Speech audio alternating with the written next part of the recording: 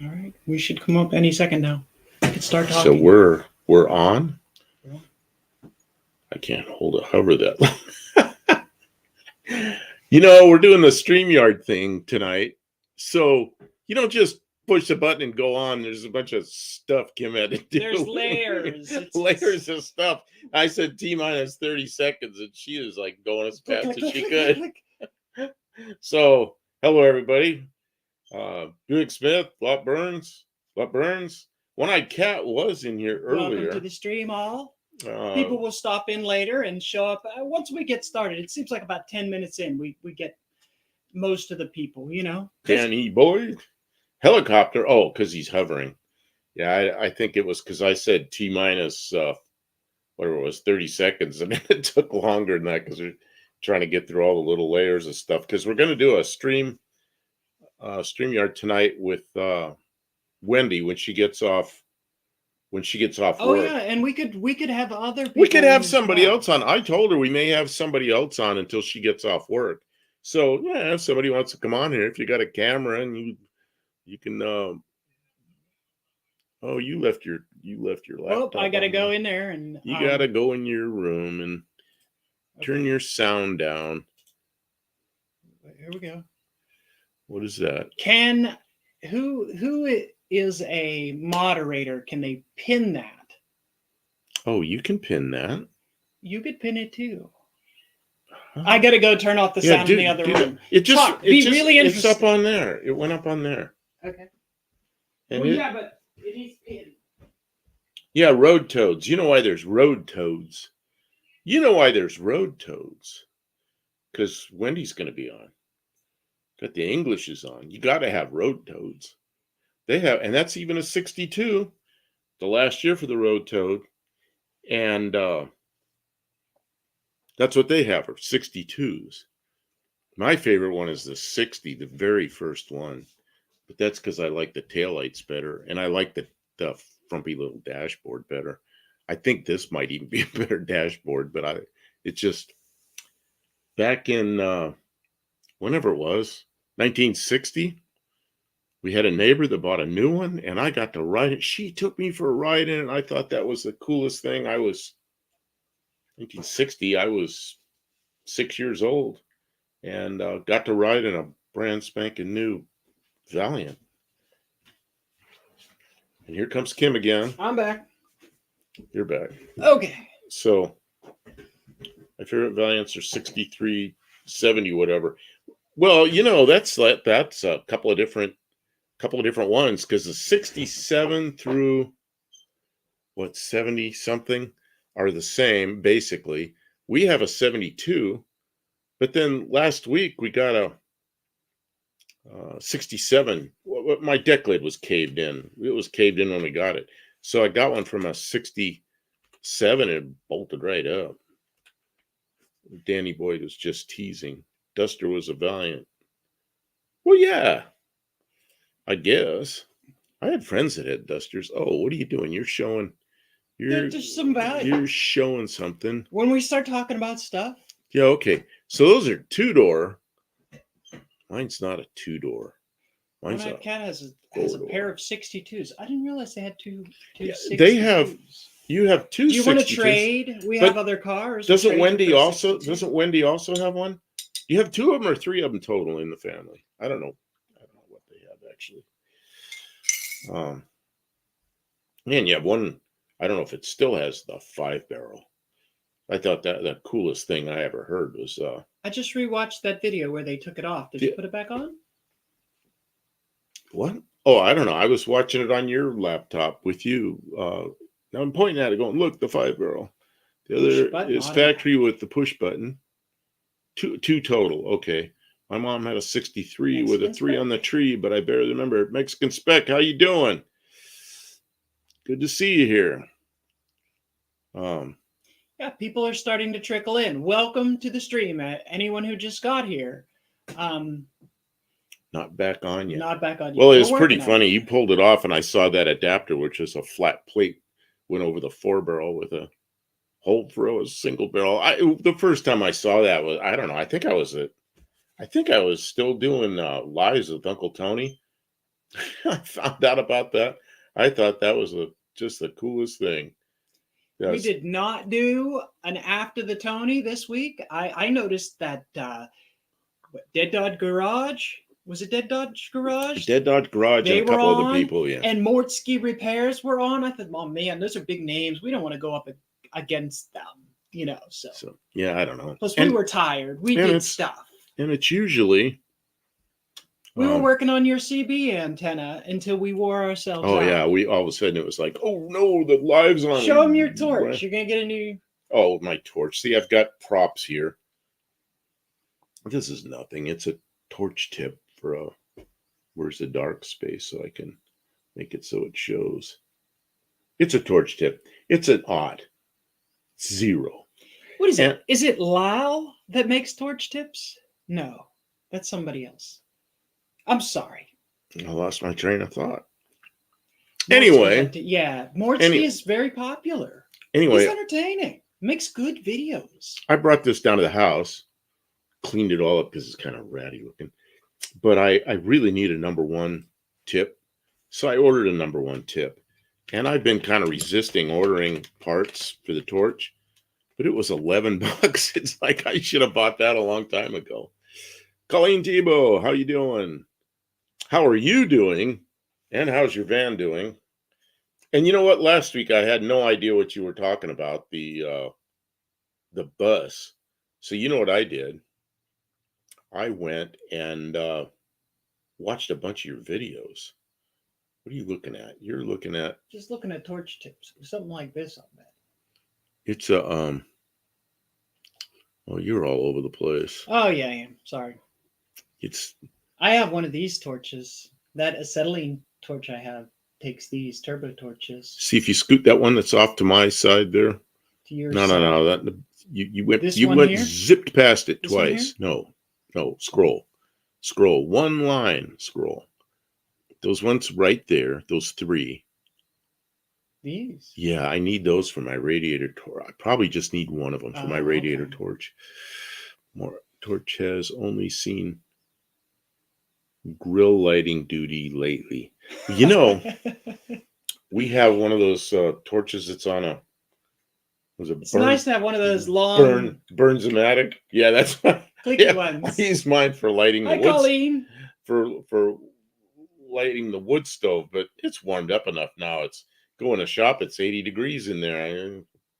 Of course, we might still get another cold night. The wood stove's probably parked for the rest of the season, and then Kim will get upset because the top of the wood stove's flat, and I'll set something up. Just don't set anything there because it'll get hot.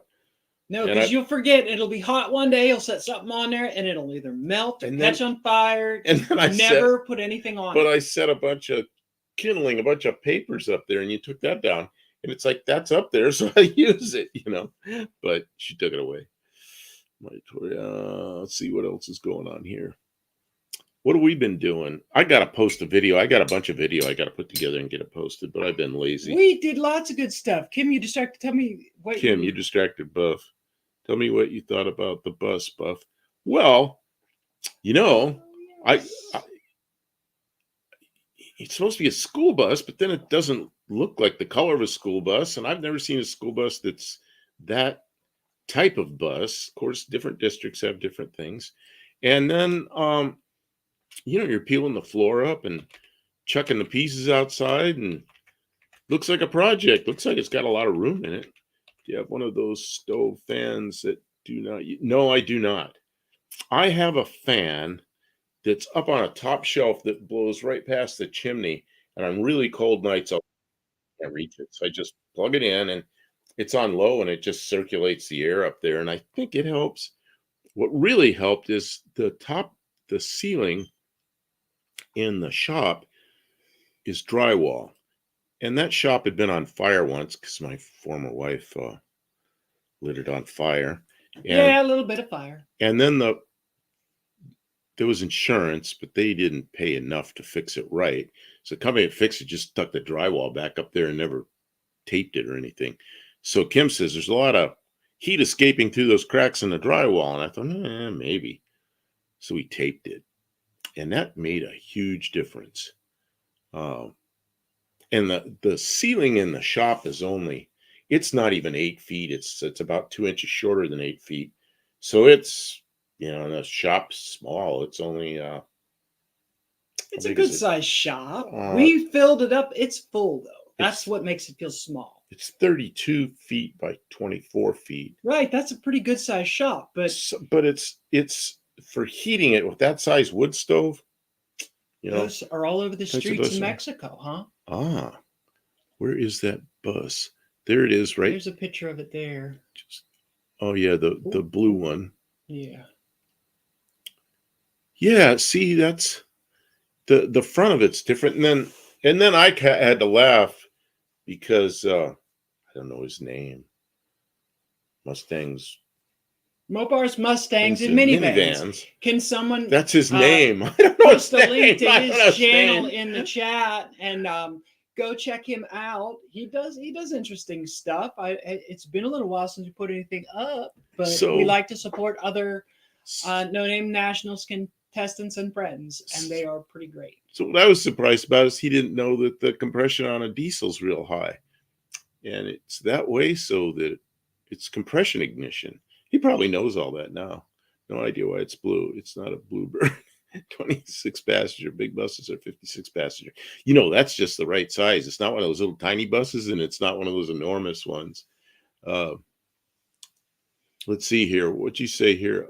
Oh, in Ohio, there's a city called Urbana.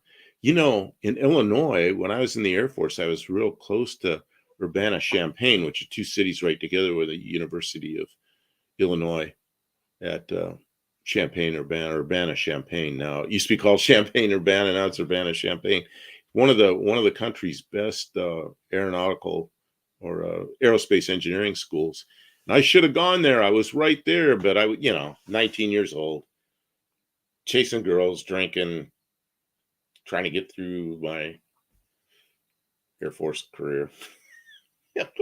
Airman one striper, You don't think about going to school then, but I look back. What are you doing? You're waving. I'm waving to Kylie. I forgot that I can click on chats since we're in StreamYard tonight. I can bring up chats easily. So sorry, everyone. I don't know. I've been.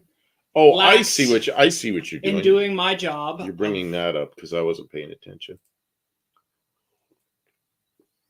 Champaign-Urbana. My childhood friend went to law school there. And I was there. It was over 50 years ago. But KJ Kylie, hello. How you doing? I was right there. Why didn't I take some classes? Because I was just 19 and being stupid. How do you pronounce it? Urbana. Okay. Oh yeah, because it's Spanish. It would be Urbana. And but the locals, they say Urbana. It's like I grew up in San Luis Obispo, California, but there's another city right on the in Arizona. It's on both the Arizona side and the Mexico side, and it's San Luis. But up in California, it's San Luis because it's pronounced the English way. I have questions for you, Buff and Kim. It might be petty though. Oh, okay. Kitsy Fluff. If it's too petty, we just won't answer. Kitsy Fluff, how you doing? Welcome to the stream. we gotta send him machine work. Well, we never get. Yeah, we will. We avoid machine work because it is so expensive to have anybody do. Kitsy Fluff. Can you take a head like for a V8 and mow like a few thousandths off of it? Because if it's like wavy, I don't know if you have a machine that'll do that. Because I know your machine shop is more like constructive stuff rather than engine stuff. When we are in other lives and I send you a greeting, why don't you send one back? Oh, sometimes I do. And you know what it is? Sometimes I walk away. I'm at 390 subs. An hour ago, I was at 391. He's trying. What happened? He's trying to get to 500, and it just like What stalled happened? out at They about just 390. and then I'll look and it's at like 387, and it slowly comes up to 390, and now I've lost another one. I need another. Okay, let me 110. respond to Mexican Spec. Mexican Spec. The last couple lot, like I saw you, I don't know if it was Dead Dog Garage or Mordsky Repair. That chat was just going, and like, it seems a little bit rude to like flood somebody's chat with greetings back and forth. Oh, on Dead Dodge Garage, she completely ignored you. But I saw it there. There was a bunch of people that said hi to me, and I just kind of say hello to like say that I'm there. You're waving and controlling your They can't see that, so don't worry about it. Yeah, well, you start waving your hands. That's a command for that screen. So but yeah, it's not a personal thing. Converse. Okay, well I'll try and do better. Mexican Spec. I've noticed you use it. I didn't know the etiquette. Mexican Spec uses it a lot to converse with other people, and I notice he does that. The only other live I spend a lot of time in is Uncle Tony's Garage, and I feel kind of bad when there's a channel that's really rolling and I'm carrying on personal conversations, although I like doing it. And the other thing is, like this last UTG live, Kim and I were up in the shop building a flood the chat. It helps. I didn't think of it that way, but yeah, I guess that makes sense. So we had to hustle down here. In fact, I got down here to the house and turned on UTG's live, and he was a couple minutes late. And that's the only reason I was on time, is because he was late. And then Kim got in later, but we hadn't eaten anything. And I was in and out of the kitchen, and I could hear it going in the room. I crank it way up so I can hear Uncle Tony. But a lot of times I'm not even looking at the chat. And that's true. We get busy sometimes. Because we've been up in the shop for hours and come back and, it's time for the live and we haven't eaten. We're trying to cook something, I told you, well, it isn't petty though. It's that you see that as like we're not being friendly, and we hadn't thought about it in the way that you're saying. And here, being on this end of it, see, when I was doing this with Uncle Tony, they would, his format. He sits there, and Kathy does that whole thing with a phone. And she's sitting there reading all the comments on the phone, and you bump that phone, it scrolls so fast. Well, you know how Uncle Kathy gets up, and Tony's like, don't go away. And he'd put me in her seat and go read the comments. Well, they're rolling in so fast. It's what she does is almost impossible. I struggled with that, but you can't catch them all. It's just rolling too fast. Here, I can catch them all. Usually, sometimes it'll roll. Like right now, I've got 1, 2, 3, 4, 5, 6, 7, 8, 9. I've got 9 I can see. After 9, it goes up. I'll bet you I have nightmares, where I'm trying to read the chat, but it's going too fast and I can't scroll back and I can't. I probably have nightmares like that. I wake up screaming. Oh my God. Do you guys live in the same town? They're about an hour away in Murfreesboro. Okay, imagine Nashville. We're north of Nashville and they are south of Nashville, and we're about the same distance from Nashville. I used to drive up here on Sunday night after doing their live, and we'd finish. He used to do a 3-hour live, so it was 7, 8, 9, 10. Yeah, so it was 10 o'clock. I'd be out of their house by 10:15. I'd be home by midnight. So, and Sunday nights, the roads are pretty much easy to keep up the speed. So an hour and 40 minutes, something like that, to get home from his place. And if I take the interstate, it actually takes longer, but it's just relaxing to drive up here. If you take the back roads, it's probably less distance. But, there's oncoming cars and intersections and little towns and all that kind of stuff. It's not really a bad drive if you're not in a hurry. I'm getting older, and driving at night on back roads and through little towns and stuff I'm just more comfortable on the interstate.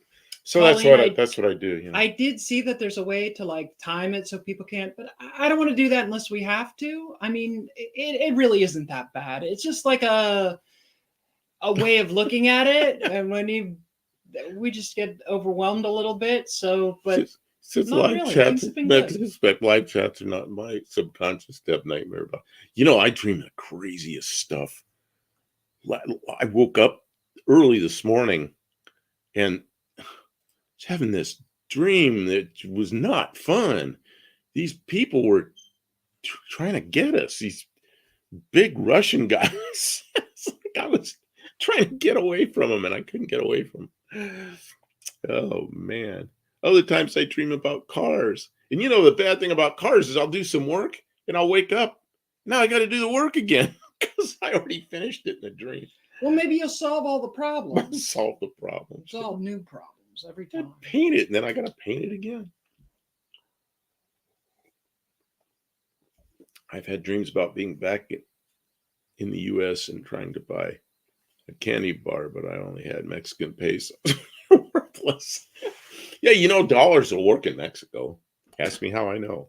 I don't know. I've never been down into Mexico further than probably less than a mile. Because I go to the border towns and I like it. Buff, Kelly Randolph. Oh, Lackland. I was at Lackland for my basic training in May and June of 1973. If you're Air Force, you'll understand all this. I was on delayed enlistment, so my date of enlistment was January 22nd, which put me in the reserves. January 22nd of 73. And I started basic training on May 14th of 73 at Lackland. And you know, that was the day before was my first day on a hello Slant Daily Garage. How you doing? But Professor P, welcome to the stream. That day before was my first time to ever ride in an airliner. I'd been in a lot of small planes, but never been in an airliner. So my first ride in an airliner was a Boeing 707. First and only time to ride in a 707, which is an ancient airplane now.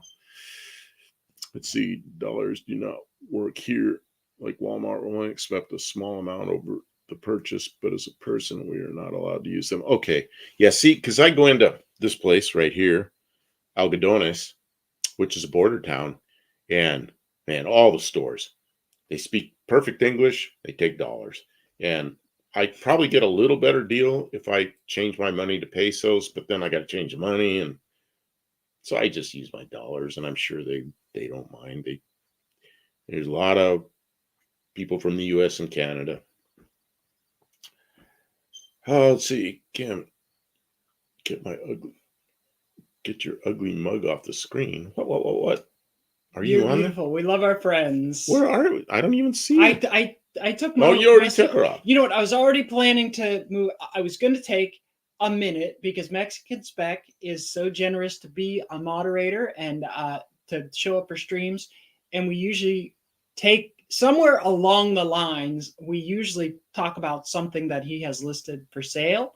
So if you don't know, Mexican Spec is he's U.S. born?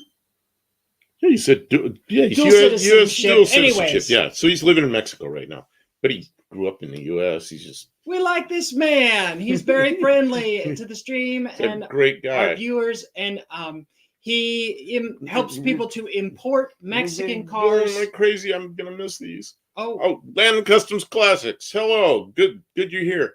Who else was saying some? Iceman. Hello, how you doing? Welcome, Iceman. I just don't want to miss these people. Go on with your No, story. no. Greetings are very important. Go on with your story. Basically, Mexican Spec, if you want to import a classic car, he is on Instagram and he posts the cars. And if you like them, he will help you import them from Mexico into the United States. You can facilitate that.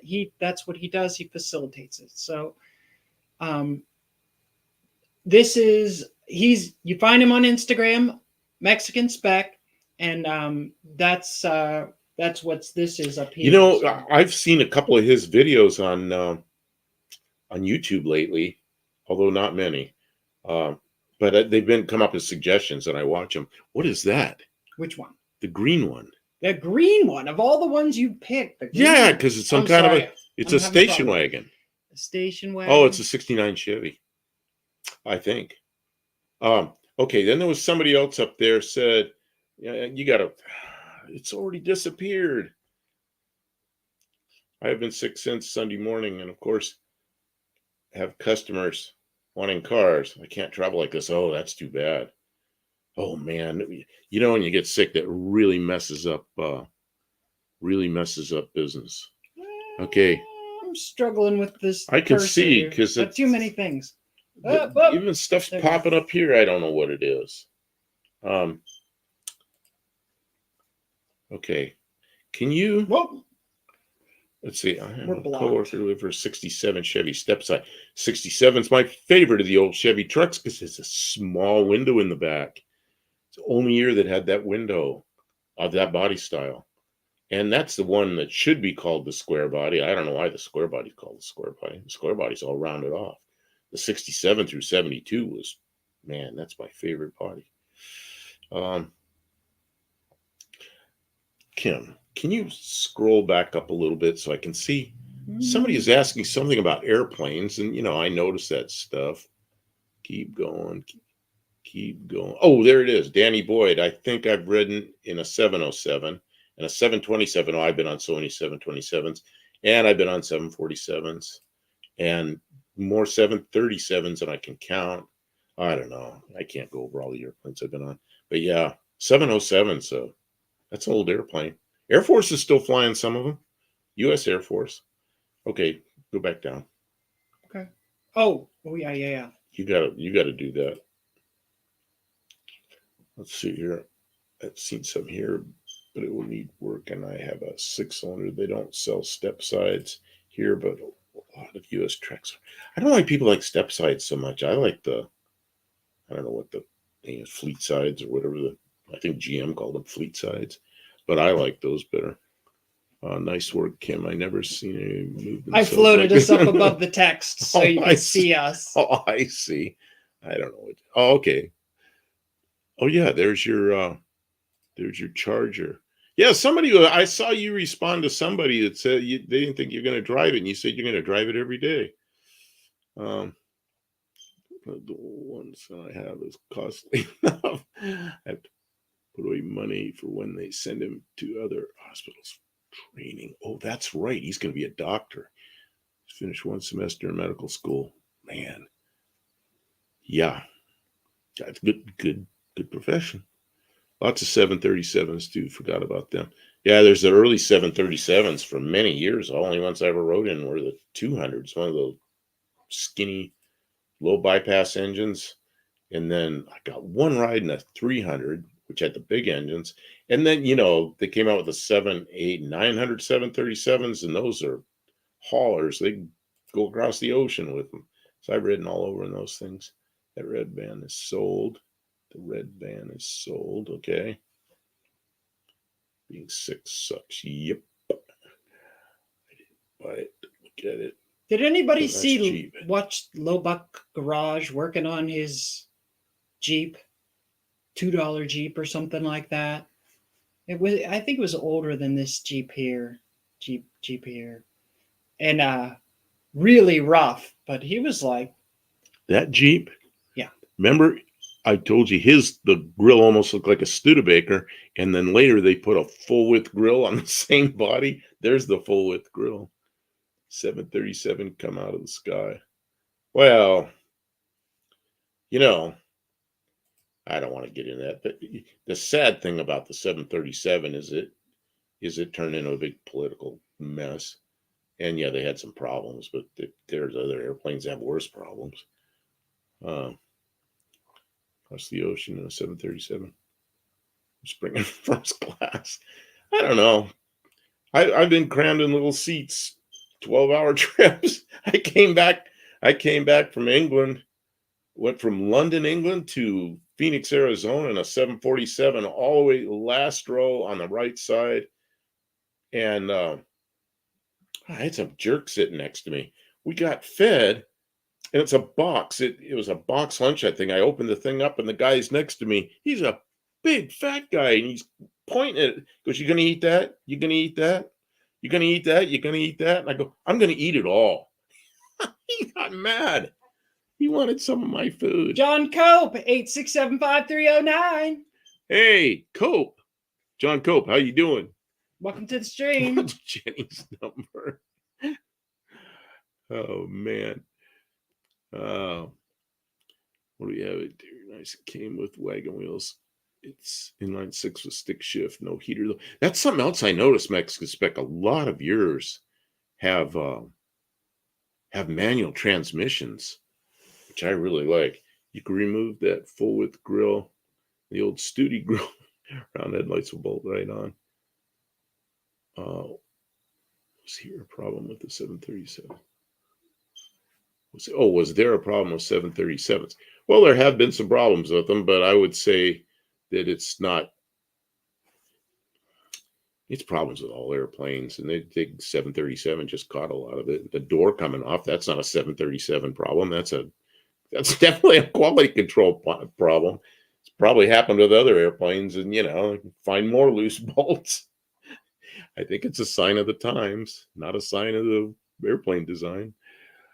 I saw an 80s Wagoneer with round headlights. They must have, because they had square headlights on all the Jeeps for a while. The ones that look like not really square, they look like a TV set. Hope just got done watching your video before this. John, we'll have to watch your video tonight afterwards because I was really busy. We have construction people building on a shed, which will house some of our parts and equipment. And so someone has to make sure they get the things they need. So I was very busy with that today. And we ran in here, jumped through the shower, and now it's time for the stream. I have never flown in a T-38 Talon. The only Air Force airplanes I ever flew in and got to fly was a C-5A. The A model C5 Galaxy, big giant thing. I had friends that were flight engineers, and I was a pilot, just not a C5 pilot. So one of them calls me one day, he tells me, he goes, "Come on over here, we need a pilot."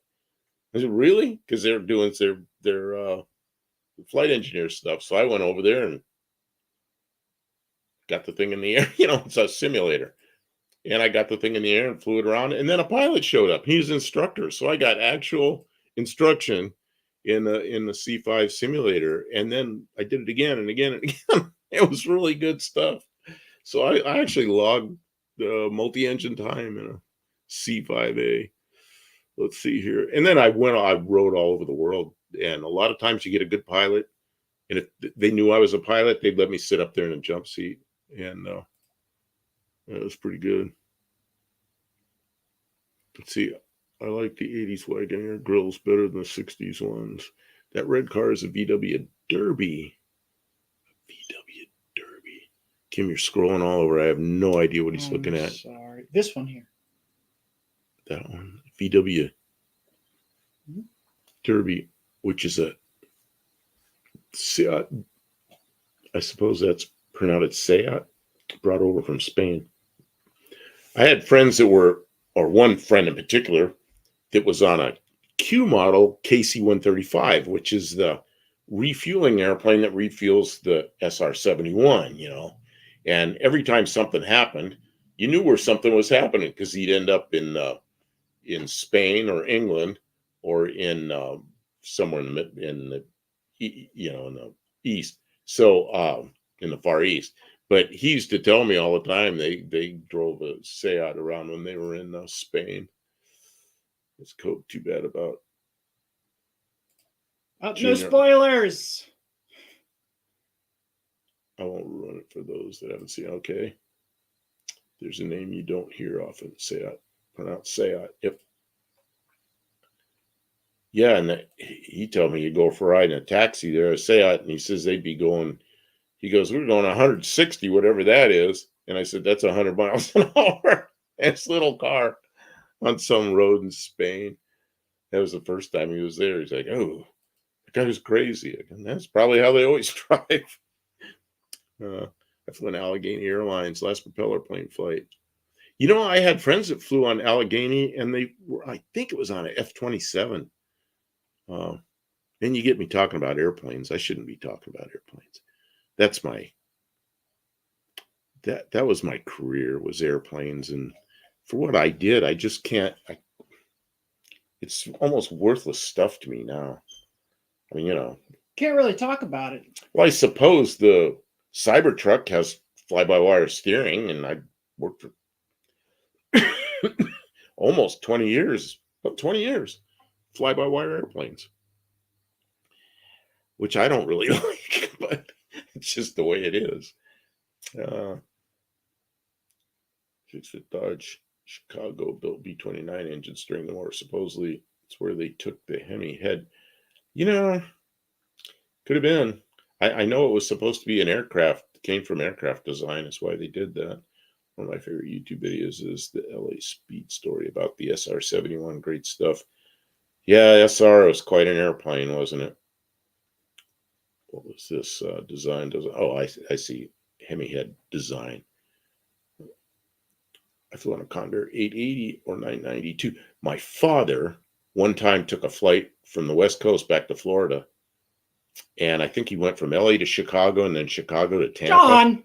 Something like that. What's wrong? He's putting in Jamie's number. What? 8675. Oh. So anyway, to get back to, and he got to ride on a Condor 990, which is pretty cool. Oh, John. Oh. Yeah, we already, now I see what's going on. Him and Cope are... Yeah, I know. They're chat bombing us. No, thank you very much. With the computer controlling steering, computers get viruses. Oh, computers do weird stuff. All you need is a 1 where a 0 is supposed to be, and it goes somewhere else. I don't know. You know, all the fly-by-wire airplanes we worked on, we had problems sometimes, but we never lost control of an airplane. Sometimes we had odd things happen, but we always, now they're going to finish it. They have to finish it. So, yeah, so anyway, you know, but if you have a point, if automotive companies made their systems as robust as aircraft, we wouldn't hate new cars so much. Yeah, but they're expensive. Those airplanes, I go in there and they're like this. Wiring harnesses, just like, ugh. You know, and I used to fly the same basic airplanes with me in it, and there'd be like a push-pull tube going back to the horizontal and cables going to the rudder, torque tube going out the ailerons. It was like, that was it, you know. No bundles of wire this big around. Kylie, I've been here in Tennessee about a year and a half. Did Jens leave Pittsburgh? She left Pittsburgh and came here and then went back to Pittsburgh and then came here and then went back to Pittsburgh and helped her friend move to Oregon and then came back here. Boyd, and then she stayed here. I have driven Road I Road in traffic many, many times. Wonderful. Lovely. What is Road I Road? It's just a road in Penn Hills. It goes from the Parkway to nothing. It's just like this big highway that just drives into chaos. It's terrible. Airplanes it's get lovely. More maintenance. I love it. Than car does, and cars go through rougher conditions. Yeah, I agree with that. And then he says, "Oh, what?" Well, we were talking about it this week. Is okay. A lot of people opinions of used cars, or of automobiles overall, is really their opinion of how well the previous owner did the maintenance on the vehicle. Because a lot of times vehicles can be really good vehicles or really bad vehicles. It's so dependent on whether the previous owner did maintenance. It says here, I got 3 here I really want to say something about. Okay, airplanes get a lot more maintenance than a car does. And we were talking about this just a couple of days ago about a friend of mine worked at a Mercedes dealer. And they have all these A checks and B checks and C checks, all these different kinds of maintenance they did. And I used to tell him, this is years ago, I go, you know what? If somebody brought a Ford Maverick in and did that kind of maintenance on it, it would last forever too. Because somebody with a Ford Maverick, when it finally stops going, They have it towed to a mechanic and get the one least expensive thing they can fix to make it roll down the road again for another couple of days. Whereas a Mercedes owner, they do all the checks and do everything they're supposed to do. Okay, airplanes have more potential to fail catastrophically. And the training, man, a mistake in an airplane, and if they don't figure the mistake out right away, they're chasing a mistake, and then they make more mistakes, and there's potential for problems there. I've seen. Just stop. Everybody stop. The airplane's flying. Just fly the airplane, and now let's sort the problem out. And the training in the last 20 years has been what they call CRM, which is crew resource management, which addresses that. Fly the airplane and then troubleshoot the problem, and the communication between the crew members to do that, so they're not doing something stupid. When I sold car parts, the bulk of cost for most any off-the-shelf aviation parts was to give the manufacturer legal shielding, and the cost of the type certificate. It's not just a type certificate. I've been through this. Then it's a production certificate. The cost of doing that for an aircraft part is enormous. Okay, yes, but you can't point to airplanes using something to say it will work on a passenger vehicle. Yeah, but it's sometimes so. Okay, my grandpa took me up Road Eye when I was driving his Corolla, and I kept. Oh, it's one of those roads that goes like this. My youngest son, I taught him to drive a stick and a PT Cruiser. And there's a place here in Clarksville where you go up a hill, and there's a stop sign at the top of the hill, of course. So I go up there, and he really struggled with it. And then we went around block and come back up, and I go, okay, make a right turn. He goes, no, don't take me up that hill. I go up the hill. He goes up the hill again. And we went up that hill probably 10, 12 times. And he's like, every time, no, don't take me up there. I go, you're going to go up there till you can just pull away from the stop sign without any problem. And after a while, he could. I talked to a sales rep for Allied Thanks for coming Signal. by. Who's leaving? Buick Smith. Buick Smith's taking off. We understand. Not everybody can stay the whole time. Yeah. Thanks for coming. And your kids are important. Hope to see you again soon. And I asked why all the parts catalogs had in fine print, not for aircraft use. And of course. I flying the little airplanes. I was stuck one time with a flat tire and no tires available. And this guy at the airport gave me a ride into town to some kind of a hardware store. And he takes the tire and he puts it on the counter. He says, I need one of these. It's for a lawnmower. I looked at him. The guy went back there and got the exact same tire, and we bought it and put it on the airplane.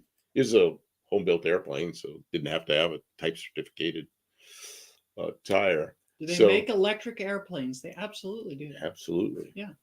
Unless you do no production parts. No production. Okay, unless you're a dude boy, you don't have to worry about your car falling. I don't know. I've experienced way more. 700R4 is falling catastrophic. 700R4? What's wrong with a 700R4? Of course, the torque flight guys might not look. The best transmission I ever had, as far as the way it behaved, was a 700R4 in my '87 Corvette, and I'm supposed to get that transmission back because the guy's putting an LS and some other transmission in it. All we have to do is drive to the West Coast for the transmission. Well, it's in Phoenix, so we'll go to Phoenix and pick it up. Get the engine and trans.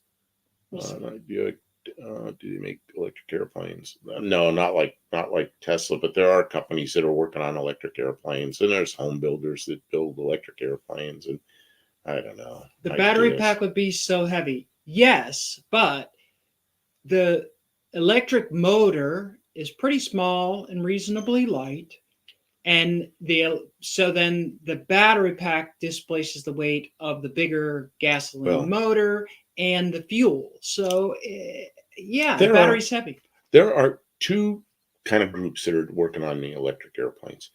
One of them is the ultralight airplanes, which they can get about an hour flight, and they're quiet. They're kind of nice. The other one, but an hour isn't a lot of flight time. the other one is the experimental bigger stuff, and they're working on them. I don't know. He still didn't get it, Kim. What didn't I get? I know I'm trying to pay attention to this, and you're talking about something I'm not paying attention. Electric airplanes, a rain boost. Overdrive tickets. Now you're scrolling back. I don't know. I might not have got it either. Overdrive takes a dump in no time. See, I'd never had problems with a 700 R4. Man, that thing, somebody had put some kind of kit in it or something. That thing shifted. So if I shifted it manually, it was just, when it shifted right now, but not the point where it banged the whole car, but there was no sliding. It was there right now. And I really liked that transmission, but of course, I don't know. I had that car for 10 years. I probably put 20,000 miles on it in 10 years. And I didn't race it. What's A500 greater than, what's an A500? Just a glider maybe. This is what they were talking about, the flying cars. Dukes of Hazzard thing. Oh, those. Yeah, I guess those are flying cars at least once. Yeah, cars fly, but only once. Only once. Could just fly faster to put the flames out. And it's on YouTube. There's a guy with a thing called a Canadian Beaver that's on floats. It's a pretty good size single engine airplane. He converted it to electric, and he takes it out and flies it. But I don't think his range his endurance is probably 15 minutes, something like that. But it gets with it. The story of a person versus the Wright brothers for the first airplane was a fascinating story. The person versus the all grab. Hey, RL gathering here, but I'll be popping in for smoke breaks. Man, don't be smoking. Like, Smoke. He hates smoke. Well, my mother smoked like 3 packs a day for like 50 something years, it killed her. And it wasn't cancer. It destroyed her circulatory system. And the end of her life was years of tremendous heart attacks until it finally did her in. It's just not, why do that to yourself? But if you got is the A500 a 904 or is it a 727? Like, I don't know. I'm really asking.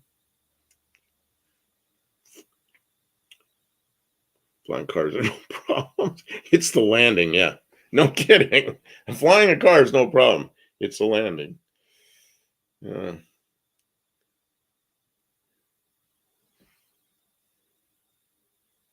okay. Samuel Langley worked for the Smithsonian. The 700R4 has the low first gear overdrive lockup. On paper, it's great, but they aren't as durable. JB is determined to make one work in an S10. I hope he succeeds. I mean, I would think that if a person was dedicated and put enough time and energy into any single one, that they could make it work for a few drag races a year. So what did he say is the 904 with the overdrive? That's the 518. Wait, no, not the 518. That's the one he said further up that I can't see anymore. 500. Oh gosh, I'm losing my mind. Oh yeah, you can scroll over there. That's nice. Yeah, there's a lot. It's A500. Okay, so I got to remember that. A500. Now Kim managed to score a 904 that I kind of want because I've got a 318 Poly that I want to put together, and I'd like to put that 904 behind it. But we'll just see what happens. That could work. Yeah, we'll just see what happens. I don't know what I'm going to put it in yet. I'd like to have something bigger than an A body to put that engine in, because it really doesn't belong in an A body. And B bodies they're so crazy expensive. Big Block 402, how you doing? But the welcome to the stream. Man, I wouldn't mind having a C body Chrysler, just a big freeway cruiser. I think the first casualty of plane crash was. Really, was it? It could have been. So Chevy had winners with their Teach 400 in Power Glide. Power Glide. My cat Power Glide. She disappeared 3 weeks Oh ago. my goodness, he has been missing the kitty. I went out to 3 feed her, and she weeks. was on top of her box just sitting there. And then I went in and did a few things. 45 minutes, I went out there with her food, and she wasn't there. I thought she's just out doing her business. Called her. Never saw her again. That was 3 weeks ago. Cat's just missing in action. I don't know what happened to her. Even bodies are getting crazy in price. Yeah, you got to buy a really tore up 4-door to get a good deal. Oh, we got a good deal on a 4-door. That was, I mean, we not got too bad. a screaming deal, but it is a 4-door. So, like, even if we fix it up really, really nice, we'll be hard pressed to sell it for what we have invested in it. My cat is probably not fixed. My cat just showed up. It was a skinny, looked like it had just had kittens, thin and baggy looking stomach. Kind of feral, hardly lets you touch her. I think somebody dumped the cat. And so I fed her. And I've been feeding her for about 1.5 years, maybe. And then she just disappeared. He misses her a lot. If she had kittens again, I think she had kittens and somebody probably took the kittens and then dumped her out in the country somewhere. That's the impression I have. And she was kind of afraid of me for a long time, but she let me touch her. And so she followed us around the yard and kind of interacted with her nicely. So, yeah, I don't know. If she had kittens, I'd just make sure that kittens got to good homes. So I wouldn't mind it. We don't really know because I had other cats, and I always had Power Glide would not let you touch. So it wasn't like we could just pick the cat up and flip it around and look what's underneath. And I never really held up by the tail and looked up her butt. So we think that Power Glide was a girl, but we're not really sure. I had other cats, always had them fixed. And they were all females. And we kind of thought maybe there were kittens and the cat would come back. But it was weird, right? It was a really weird morning. I heard a cat outside meowing outside my bedroom window. And then I said something to him and he got up and Power Glide was on the back porch, which is around the other side of the house. And an hour later, gone and have not seen Danny Boy says, I don't like letting a cat out. Well, we never let the cat in. It's like a feral cat, you know? Yeah, it's like, and she had a good life. I gave her food and, you saw the video, putting water, making like a little soup and heating it up in the microwave because it was cold outside.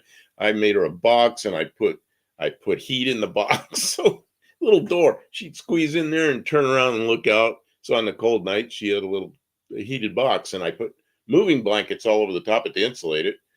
And then if she got warm, she'd go sit on top on the moving blankets. And that box was up on a table right up by the house. So she'd sit up on top of that and look in the kitchen window at me when I'm making her food. I don't know. I felt sorry for that cat, so I took care of her, But I didn't want her. This place would be if you saw this place. I mean, you can't have an animal in here. Tear this place up. We can barely take care of ourselves. I had 2 cats that I had in this house, and the day I moved in here, you know what they did? They both went over to that window and looking outside, and they both wee on the floor. I don't need that. I just don't need that. So, feral cats have more than one home. Yeah, that one was here for 1.5 years, though. I mean, she was just here, and she every morning is like right about when the sun comes up. Right about when the sun comes up, she knew here comes the food. And there were a couple of totes stacked up. And I come out there with a plate. Always feed the cat on a plate, not in a bowl. Because you feed them in a bowl, they got to stick their whiskers down in there. I've seen cats scoop food out of the bowl and eat it on the floor. So put her on a plate. I put it out there. And she'd jump up there. She'd see me coming with that. And that was her food. And then she also got an afternoon snack. Same thing. And I fed her stuff that she liked, So she showed up. I was throwing scraps out there that, what do you call them? Or the animals eating the scraps. Oh, well, we had possum and Yeah. raccoons. Oh, raccoons. That's what I could. Yeah. Mhm. So they were eating the scraps. Well, one day there's a cat out here eating scraps. So then I got and bought cat food. Yeah, I feel kind of bad. Cat just went away. I don't know. Something probably got her. I Who don't knows? know if I would phrase it the way you did, Dougster. I'm not even gonna, but he has a very good heart. And I know that he really misses his kitty cat. Well, I thought Powerglide was a great name for a cat. You know who came up with that name? Ari. Oh, yeah. Ari said something. He had his cat, and I said, "It looks like my cat," which was right when we got That's the right, cat. Mexican Spec. They could chase the mice off because the mice Oh. are like, "Nah, nah, nah, nah, nah," You know and all what? our wiring. No mice around. I mean, we get one mouse once in a while, We but it's always got inside. one mouse in the house. We But set we- traps and then they come They're back. gone. But outside, I saw that cat one time. Yeah, I microwaved the cat food. You know what I do is I'd pull it out of the refrigerator because I saved it from the day before. You know what? A wet cat food, a cold clump. I'm not going to give that to cats. I put it on a plate and I mash some of it up, put some water, and so now it's like a soup with a chunk of cat food. Put it in the microwave for 24 seconds. Pull it out, touch it with the back of my hand. Yep, it's like room temperature. And cat always liked that. Church of Scientology is a cult of. I removed What is it. that? I removed it. Okay, I didn't know what that was. It was a religious comment. Who We're was not it? going to Who was that? engage. I don't know. It's someone who Okay. never commented anything else. So we're Okay, just so gonna, it's gone. Okay. Yep. I thought it was something. I didn't block them. If they want to Okay. participate in the Microwave cat. conversation, that's fine. But just random political That's- or religious stuff is it not says- happening. If there is one mouse, there are a lot more if you don't see. You know, we had that one that was running across this room and out there, just a really brave mouse, like right in front of us. And I kept setting traps, and I figured there were a bunch of them. But I finally set up, a snap trap. I tried baiting it with all kinds of things. And finally, I just took some water on my hand and I put droplets of water around the trap and then made the wood on the trap kind of wet. An hour later, whack! Mouse was thirsty. So haven't seen a mouse since then. It was only one, which surprised me. I think that cat probably kept him. The cat took the tarp off. The cat was. What was this? I missed. Mhm. I missed that. Something about a tarp. Okay. Oh, Kick it oh, the tarp was gone. And it was a great cat. Man, I had King Midget that, man, I went out there one day and the seat in that thing stunk like cat urine. And I was like, I ended up having to do the upholstery again. I seen a drunk guy one time, passed out, and the rat was eating food out of his beard. Yeesh. Oh, wow. I was sleeping in a shop one time in Ohio, and I felt something. I was sleeping. I looked down, and there was a rat that had my thumb. And I went, yeah, like that, and the rat took off. And I could never catch the rat. Oh, what time is it? It's 8 o'clock. It's 8 o'clock. Does somebody want to step in here for a couple minutes? Because Wendy will be in at If Yeah. anybody 40 wants minutes, to come in in, 40 we can- minutes. we could chat. 40 minutes. Oh my God, eating out of his beard. That's terrible. The things people say. I got something in one of my teeth. You ever get something in your tooth and you just keep I'm not a rat. licking fan. it with your tongue, trying to get it out? I gotta go get it. It's driving me bazonkers. I probably look like an idiot. I have had pet rats when I was a kid. I had a little white rat, then I had a little black and white rat. They last about 3 years. They're not really a very good pet. Investigated, I would say the best pet for kids under 5. Hamsters and gerbils. You know, I had a gerbil for quite a while, and the gerbil, I didn't understand. They are vegetarians. They will not eat meat. And that gerbil, like everything that I cut up, all the vegetables, the part that I didn't like, gerbil loved it.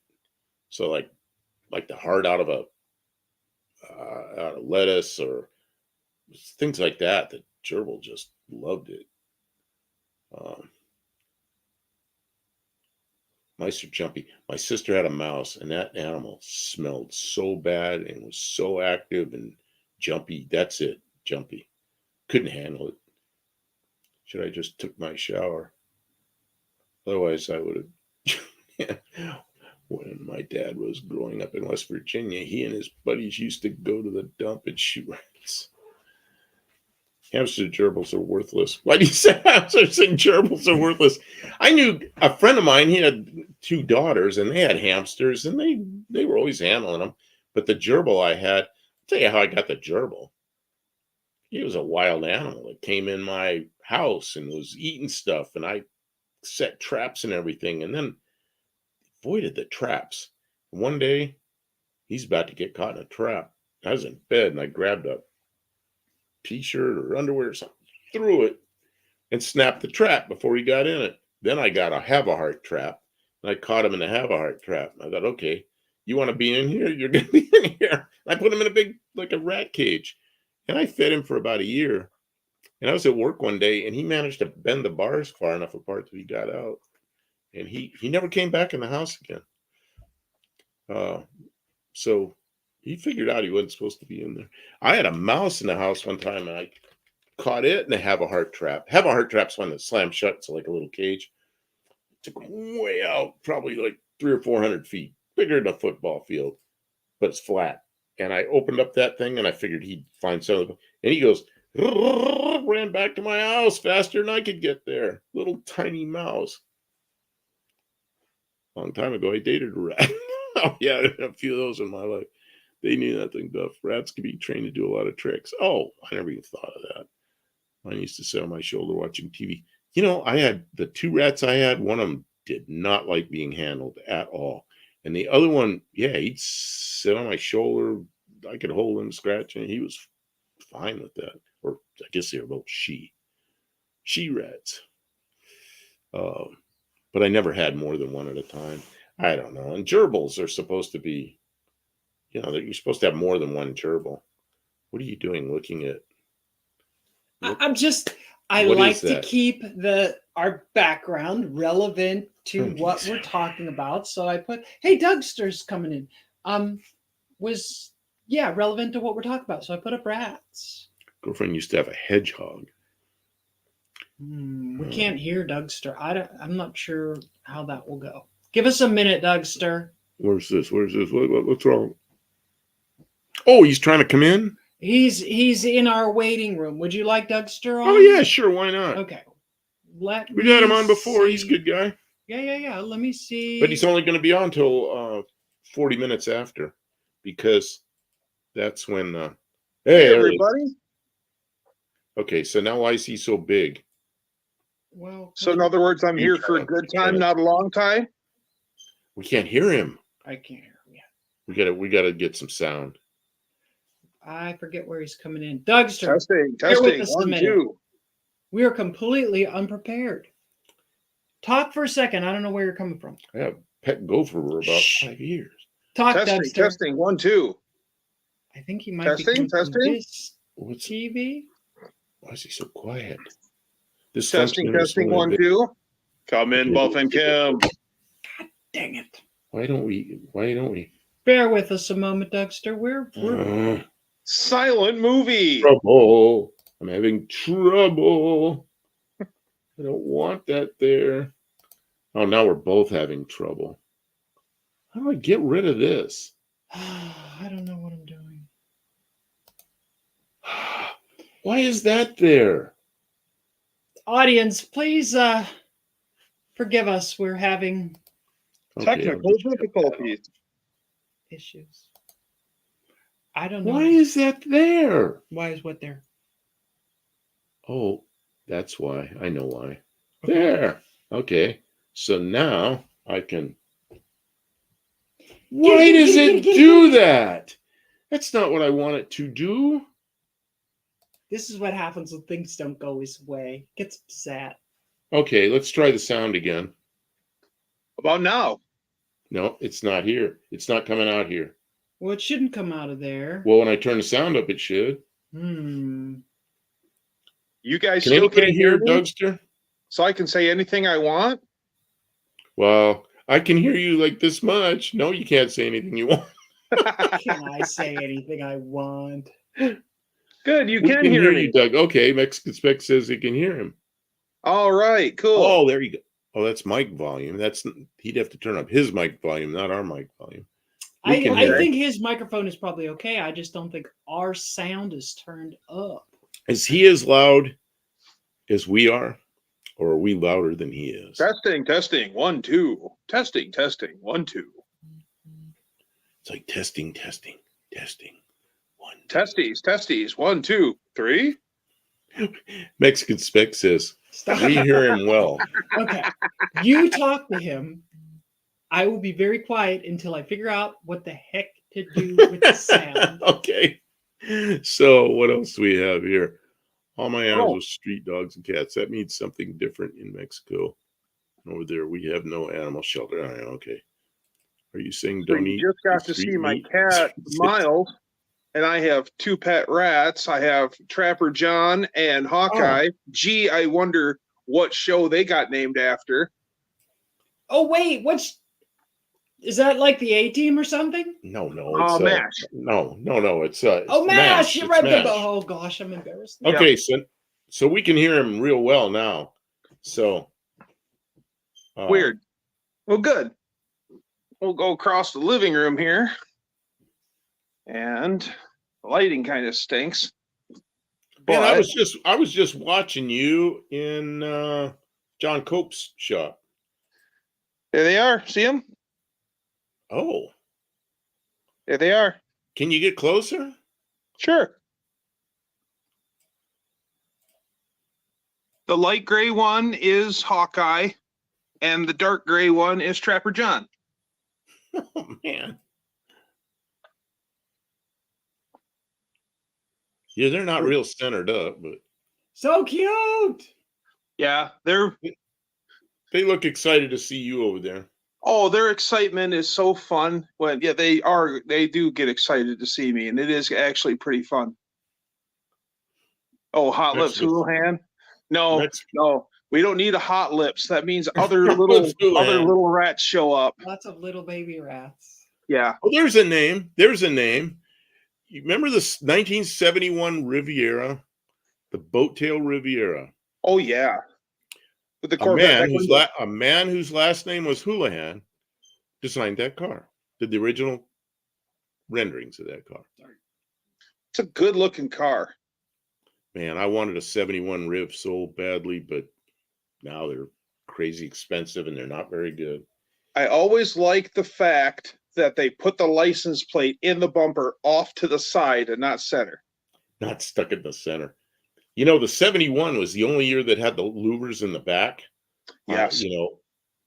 Sorry. Okay, what are you're doing? Just relax. You're The problem is when we're talking to Doug, we're not looking at the camera. I so see had we're to move looking. him over. Oh, I see. Okay, I didn't know what you were Sorry, we're shuffling. Farmers make great pets. Those They Rivieras are. were never worth anything. Now they're worth gold. You know, I had a customer that had a 71 Riv, a red, maybe looked more like a maroon one with a white interior. And that Yes. car looked brand spanking new. And it was probably about 5 years old when I was working on it. Every year he'd bring it in. I'd flush the cooling system, just service everything in the cooling system, service the AC. And I drove it a few times. He'd drop it off and then I'd go get him, And man, I like that car. They're But- just good cars. When I worked in the auto parts industry, one of our long-term employees, she had a 72. It didn't have the louvers. 72 will it's not have chocolate. louvers. The whole And, GM line from one end to the other had louvers in 71. They were all gone in 72. Weird. Yeah, Yeah, it was she supposed- had a burgundy one with I forget I think it was burgundy on burgundy. And that was her pride and joy. She only drove it in the summer. It was a good looking car. And she was a nice looking lady. So a pretty lady in a nice car. How can you go wrong in that? Says here, those Rivieras are never worth anything. Now they're worth gold. Yes, somebody, Iceman said, geez, remember the rusty Rivieras used to drive around? I was in Southern California, so there were no rusty Rivieras. I never saw one. I didn't know they had a rust problem. I think the only cars I had in Southern California had a rust problem were Vegas. Vega would rust even there. Oh, who was it that's been building a Vega? No, they're not building a Vega. They're building a Gremlin. Never mind. Yeah, there's a big difference. Yeah. It is a big difference. Am I the only one who's been watching that? I think it's don't know. That's because those louvers trapped dirt and debris and got clogged like crazy. I also heard they got water in the cars, but I don't know. That's what Mexican Spec just said too. Oh, he did? Mm-hmm. Just as you were and saying. allowed water to get in the trunk. I just think they look good, and I don't know. They probably had some way to keep that out, but the plan may not have worked. Yeah, they probably just did it because it was cheaper. I take the lizards away from my cats. They live in the house. It's good to have them in the house. Sorry. Let's see what else. Noisy. I took them away from my cats too. I'm trying to. Yeah, we're getting away from the. I don't know what you're doing. My arm was hurting from reaching over here for the mouse, so I moved it close. We have mice here too, but they're attached to the computer. Computer mice. I got 3 of them on the table. Yeah, the flow through ventilation didn't work too well. Yeah, you're right. That's the thing. The deal was they took the wing windows away and flow through ventilation, and it was supposed to replace that. But I liked it then, but now I look back. My favorite Camaro was I had a '67. It had the wing windows. Only year with the wing windows, and if I had another Camaro, I'd want a '67. But I had a 67, a 69, never had a 68. So, although I had a 68 Firebird for a while. First generation Dodge Charger had in the beginning of its model run, it had a very elaborate flow through venting system that ran through the door and into the quarter panel and stuff like that. And Really? And then they did away with it. Yeah. Well, I remember I was 11 years old when that car came out, and I was living in a little town in South Dakota where I could walk around the whole town, and they had a Dodge dealer. My neighbor, he was a couple of years younger than me, and we walked down there and looked at the first Chargers, and we were just, that had 4 bucket seats and a console that went full length of the car. And I talked to my father, you got to buy one of these. He goes, no. Too expensive. My father would never buy something like that. Son, that's $4,000. My God, who's going to spend that kind of money? Well, in 1970, that was a lot of money. In 1970, he bought a Ford Custom 500, which is like a cheap Galaxy. Okay. It's a big 4-door turd, So, it was brown. All my friends say, how come your father always buys a car that's asshole brown? So he had this brown Ford.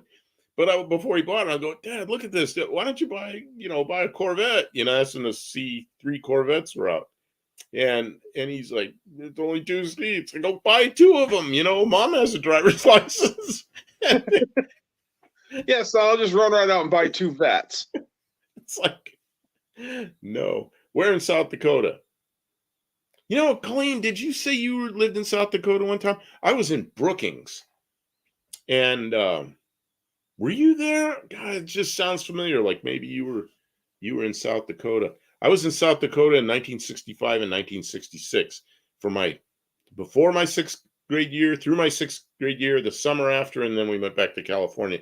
Just so you know, what I'm drinking is Dr. Pepper Zero Sugar. Not a sponsor, but just showing that I'm not drinking like dark beer or something. I'm not much of an alcohol person. I mean, I'm not against it. I have a drink like once or twice a year. Jeez. I try to get him to drink a little more often, but it's bad for his sugar. Oh man, what was the stuff I drank? Took me forever to drink it. The green stuff. What was that green stuff I was drinking? I'd put a little of it in a drink sometimes, and it lasted like a year, and it was a little bottle. Oh, was it the green stuff? The absinthe? Absinthe. Absinthe. Yeah.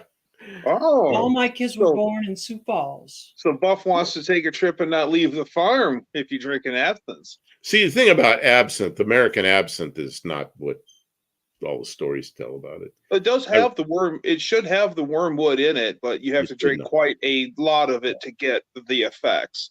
I don't know. It's like I've heard that stuff's not legal in the U.S., but who knows? Oh geez, that bottle of absinthe. This is my friend in Tucson. He bought it, and we took like a little sip of it or something in Tucson. And then I don't know, over a year later, he got killed in a car accident, riding as a passenger. And I was in his house afterwards, two friends, and we went in there, made sure everything in the refrigerator that was going to go bad would get thrown away, make sure the garbage got taken out, made sure all the mail got to the attorney that we'd gotten doing everything the way we were supposed to do it. And then his father ended up getting all his stuff, and that bottle of absinthe was there, and he goes, "You can have that if you want." And I brought the absinthe home, and God, I think it was 2 years later before it was gone. I am ignorant as to what absinthe is. It's a green liqueur, and you would not drink it. It's distilled from something. Yeah, it's distilled from something. There you go. Transmission fluid. No, that's red. It's old antifreeze. Antifreeze. Yeah, that's We green. extract the water, and the absinthe is what's left. It looks like antifreeze, but when you smell it, it's like, nah, it's not antifreeze.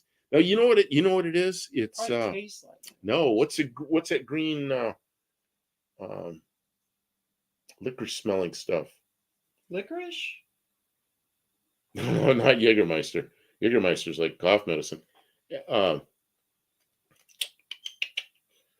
What is that stuff? It smells like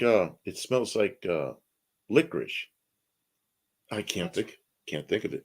That's what I said. Zambuca. No. Zambuca smells like licorice. Anise. Iceman's got it. Right. Anise. It's made from That's anise. what And when you smell it, this is what I was doing. I do this kind of thing. And I take that bottle of absinthe and I go to just put a few drips in there. And it just tasted better, smelled better. It used to be illegal. Supposedly, like it had properties that would like psychedelic and make you like go crazy or whatever. And the Americans. It's not anything like that. I guess it just gives you kinda this weird little buzz. That's all. debunked a lot of that, or maybe they distill it in a way that doesn't. It's I don't still know. I there. don't You'd have David a Pacheco. bunch of it Marvel to Mr. go all. Pull that one out. David Pacheco. Yeah. Oh, okay. Yeah, that was a funny question. Where did it go? Lower there. Marvel. Mystery oil. And we're not drinking that, but it sure smells good. What's That's in not- it? Mason Who knows? jar It's a filled with mystery. Marvel mystery Where oil is in it? the kitchen. It's in the kitchen beside the table. It's still there. Okay. Yeah, Because my found it. Marvel Mystery Oil, the bottle had a crack in it, so I dumped it in a mason jar, and then I couldn't find it. But you know where it is? I did find it. Yeah. Okay, good. Because I came across cleaning. Don't drink the cherry Kool-Aid. Oh man, you know, I used to back like many years ago. I rebuilt a lot of Mazda rotary engines back in the RX2 and RX3 days, which is in the 70s. And the side seals would get side seals are like the compression rings. They get so cooked into the rotors, you couldn't get them out. And what I learned is before I would do the teardown, I drain about a quart of oil out and I put a quart of Marvel in the oil.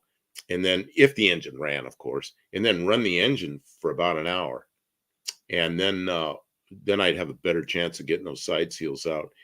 And of course, sometimes you couldn't run the engine. Then I'd pull them out. I just lay the rotor flat and I'd put Marvel all in those side seals and just let it sit there for hours and soak in there. And take a hammer and tap, tap, tap, tap, tap, and pretty soon they'd move and I could get them out. He told me when I met him when I first met him that he had like worked on a bunch of rotary engines and was like, rotary engine, that sounds awesome. He was like, nah, I don't want to work on any more of those. I was like, oh, Yeah, I can see man. why. Huh? I cut my teeth. The only rotary I ever had and worked on was a Sachs 303cc rotary engine on a snowmobile, on an Arctic Cat snowmobile. You know, I saw a video. I know who did that. Was it Junkyard Diggs? It was Yeah, Junkyard Junkyard Diggs. I Diggs. was going to say it was Mook because I couldn't think of his name. Junkyard Diggs did one of those. Yep. Not like a year ago, maybe. It says here the Marvel Mystery is involved in in an aircraft crash and they had to reveal their exact formulation. Yes, they did. Yes, I heard about that. Yeah, that was like a big deal like 6 months ago. Uncle Tony even did a video about Marvel Mystery Oil. In fact, that's where I heard about that. I'm in the airplane business, or was, and I heard about that from Uncle Tony. We had a rotary engine RX-2 in auto shop. We never got that engine back together. Oh man, I put so many RX-2 and RX-3 engines together, and a lot of bad parts that were really marginal. And I always kept those parts, and that's what I built my engine from. The ones that were out of limits, like they used to say the rotor housings would shrink 3000s. Well, they didn't shrink. They had those tension bolts through there, and it'd get hot, and it would like the equivalent of warping a head. It would squeeze that. So 3000s, which is a lot, was the limit. And I used to get ones that were over 3000s, and I just put them together and I'd run them in my cars, and they'd run for a while. My friends have had two Suzuki RE5 road bikes, and they were rotary powered. And those things sounded so cool when they were going down the road, and the exhaust on them would get absolutely unbelievably hot. Suzuki had actually made a bell mouth. The exhaust pipe went down off of the engine and then into the exhaust, and you could stand at the front of the bike and look down the exhaust pipe. It was to take incoming air into the exhaust along with the hot charge to keep the exhaust cooler. And it said that Mexican Spec says the cars weren't worth it to pay for an engine rebuild. Well, when I was doing it, they were, because the cars were only a couple of years old and they were out of warranty. So I was doing that like in 1976, 1977. When did the RX-7 come out? 78? Yeah, sounds about right. Because we I'm were not sure though. We were rebuilding those engines for a year or two before the RX-7 came out. Because I remember the RX-7 came out, we got all excited about that. This is where are the rotary sedans now? Well, you know what, Mexicans? I know in Mexico they'd still be around because they don't rust, but that was almost 50 years ago. Nobody kept cheap cars. Where are all the Datsun 510s? I wanted to mention Mexican Spec's comment. The cars weren't worth it to pay for an engine rebuild. I came to that observation, like the cost to have someone work on your vehicle. Like none of our vehicles, we couldn't afford to have someone. We have to do all our own repairs and maintenance, because if we took it to a shop, they'd want thousands to do even simple maintenance on cars. Here's what we do. And now whole cars that are running and driving become worthless because a computer goes bad, or simple components or it needs a cylinder head refinished, and it's $3,000-$4,000 for a cylinder head rebuild. Guns and Gears. Oh, thank you, Guns and Gears. And the whole car becomes worthless, decent cars, and you wouldn't think. And then I realized, this car's 25 years old. It's not worth repairing. And that's how a lot of these old classic cars got pushed down to the tree row or into a shed out back or out into a field because it wasn't worth repairing, and it was already getting old anyways. And wow, it's weird to see it from cars that I remember being brand new. Right. Mexican Spec says rust did not kill the rotary sedans, but I bet it did up in the northeast. Everything rust kills everything. But bad gas mileage, I'll agree with that. They were good for about 15 miles a gallon on a good day. And the engine needing constant work. Yeah. And most people were afraid of them. They wouldn't work on them. But man, the most effective ad I ever made was we had a little newspaper non-classified ad. You just put ads in it.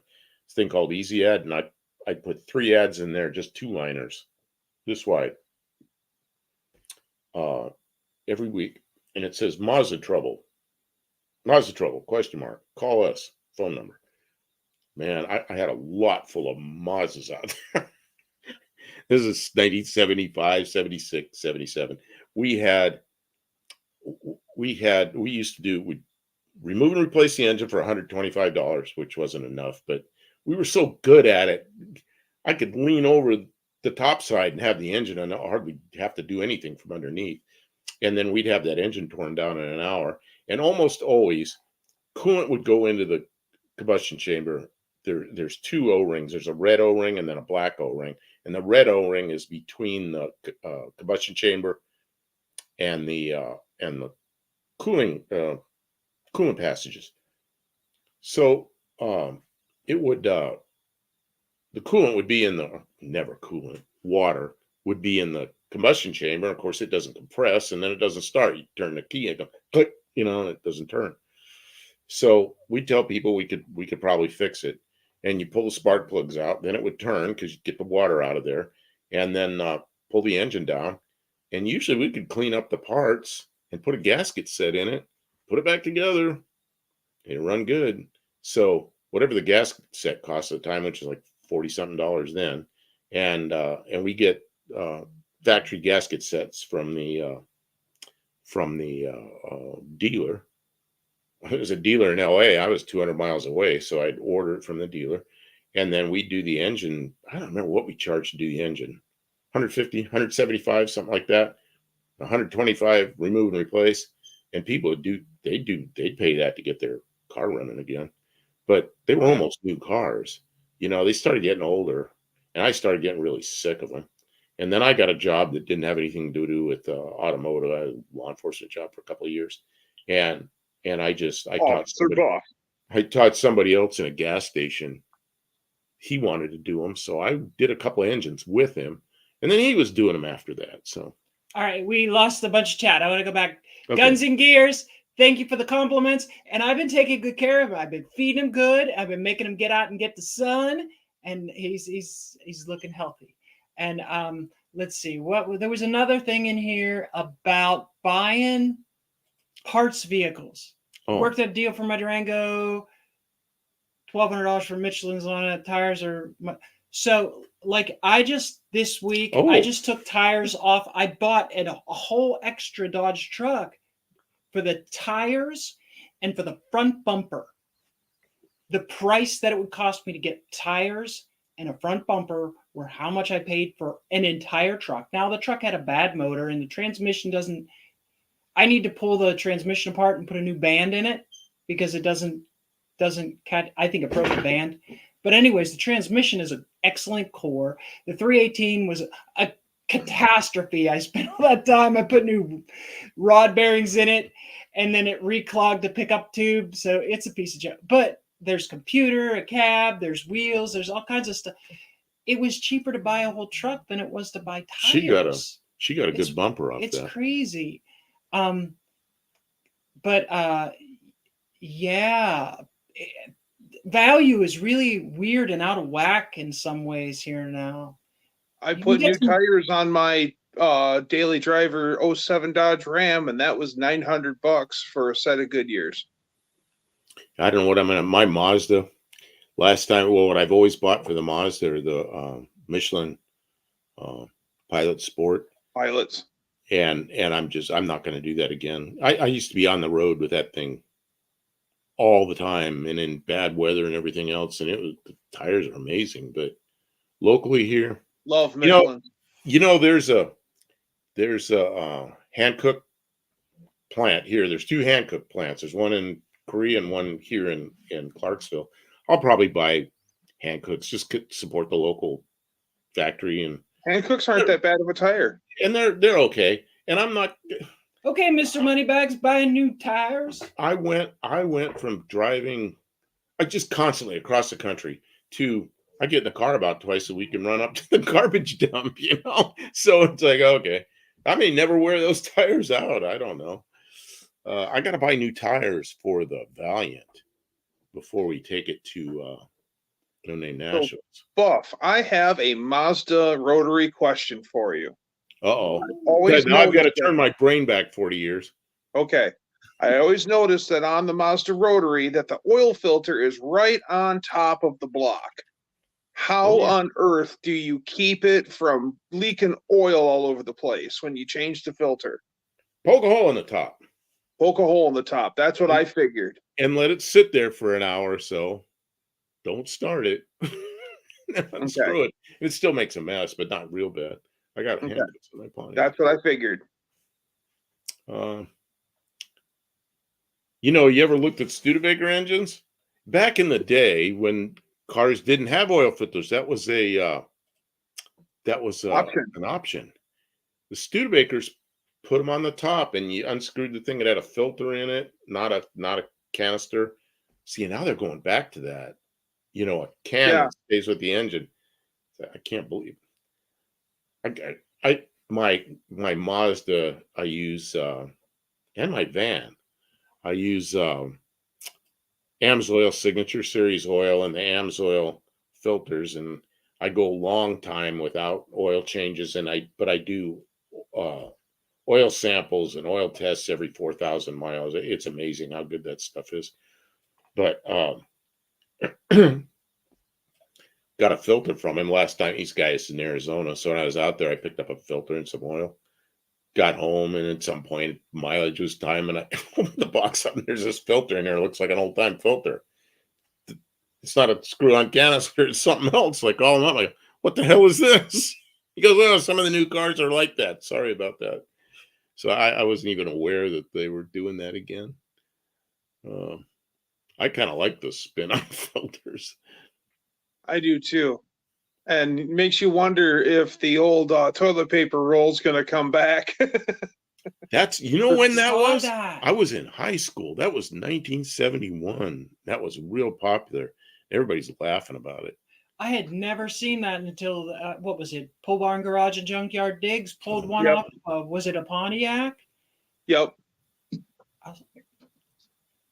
I would worry that would like blow out and just fill your engine up with toilet paper. JoJo Jackson, that's somebody I haven't seen before. Hey, have you guys watched Rich 220? Who's Rich 220? He's in my list of people, and I watched him. I click on his video. I can't remember what's going on with him right now. I think there's he's having health a problems. guy up in Massachusetts, Rich Rebuilds, and he does all the Teslas and all that kind of stuff, but he puts LS Chevys and Teslas. And, he went crazy and got naked on a live stream about 20 minutes ago. Oh man, there's the end of his channel. He might have problems with that. I don't know who he is, but I guess we'll all hear about it now. Maybe his medication's off. JoJo Jackson. Where are you, JoJo Jackson? I haven't seen you before. Have you been? Has he been here before? I don't know. Somebody needs to check on him. Like, that is really crazy. Yeah, that sounds like Mad Hatter stuff. Too much booze. Maybe.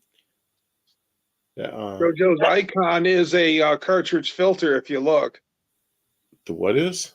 JoJo's little channel icon in the corner. Oh, is a cartridge filter. Oh, it is a cartridge filter.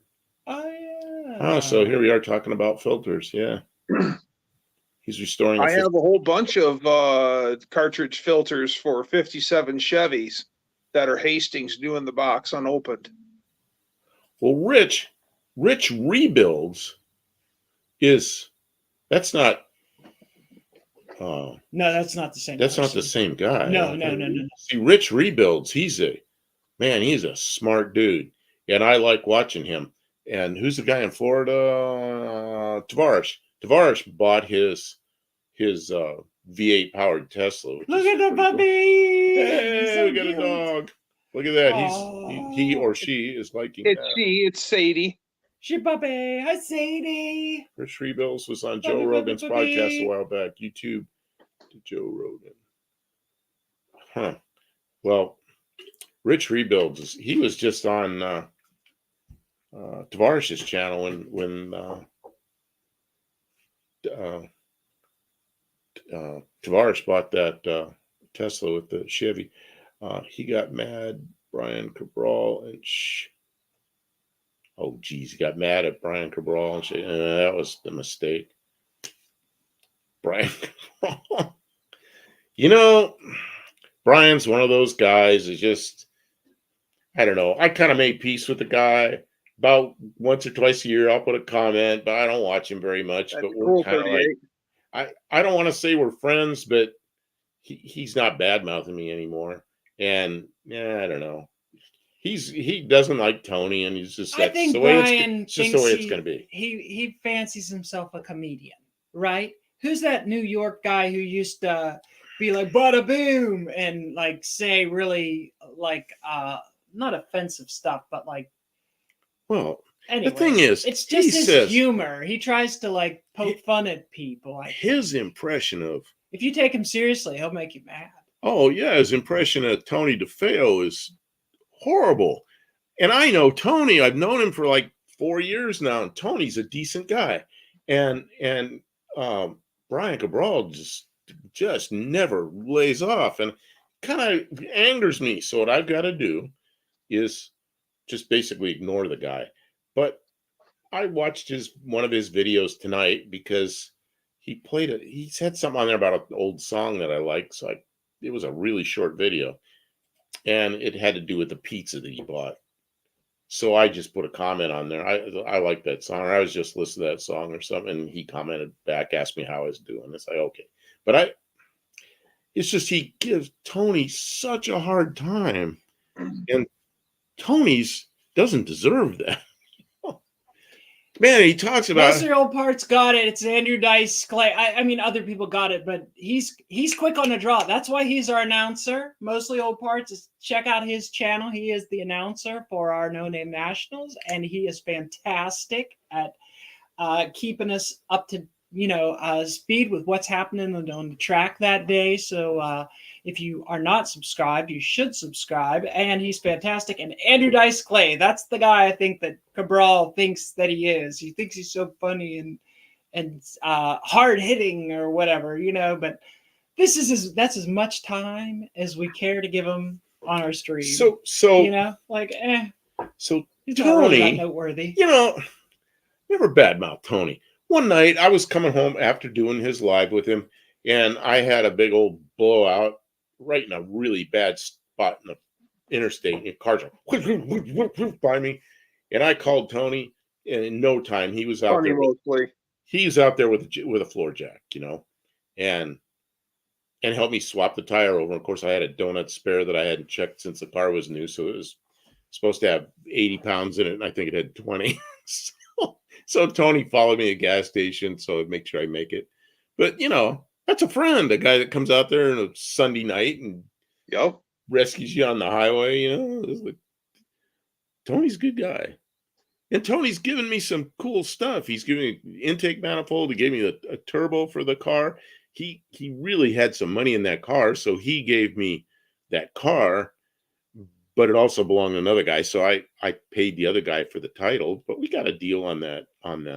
We worked it out, and we got a deal on that. It's been a fantastic project for us. Honestly, we have really been enjoying it, and it was a basket case, but it was a really nice gift basket. It was like, here's all the stuff you'll probably need, and some things you can't predict. Like the water pump went out after we put the car together. You can't tell. It turns. It seems like it's a water pump. It's not like he gave us garbage parts. We put it together and then we're sorting it out. But we're having fun. I bought it. I bought a water pump, and it was bare metal, so I painted it. It's pretty red. It's sitting there. It's the same color as the engine. So, we're gonna do the front end of that car. Nice. Oh yeah, the wheels so we could drive it. The wheels are like, oh my gosh, they're like this. I've never 22 degrees negative cam. I don't know how we got it so bad. I put new bushings in on one side and not the other yet, and now it's towed in and cambered out. He screamed and got totally naked. Yeah, that's probably a bad reaction.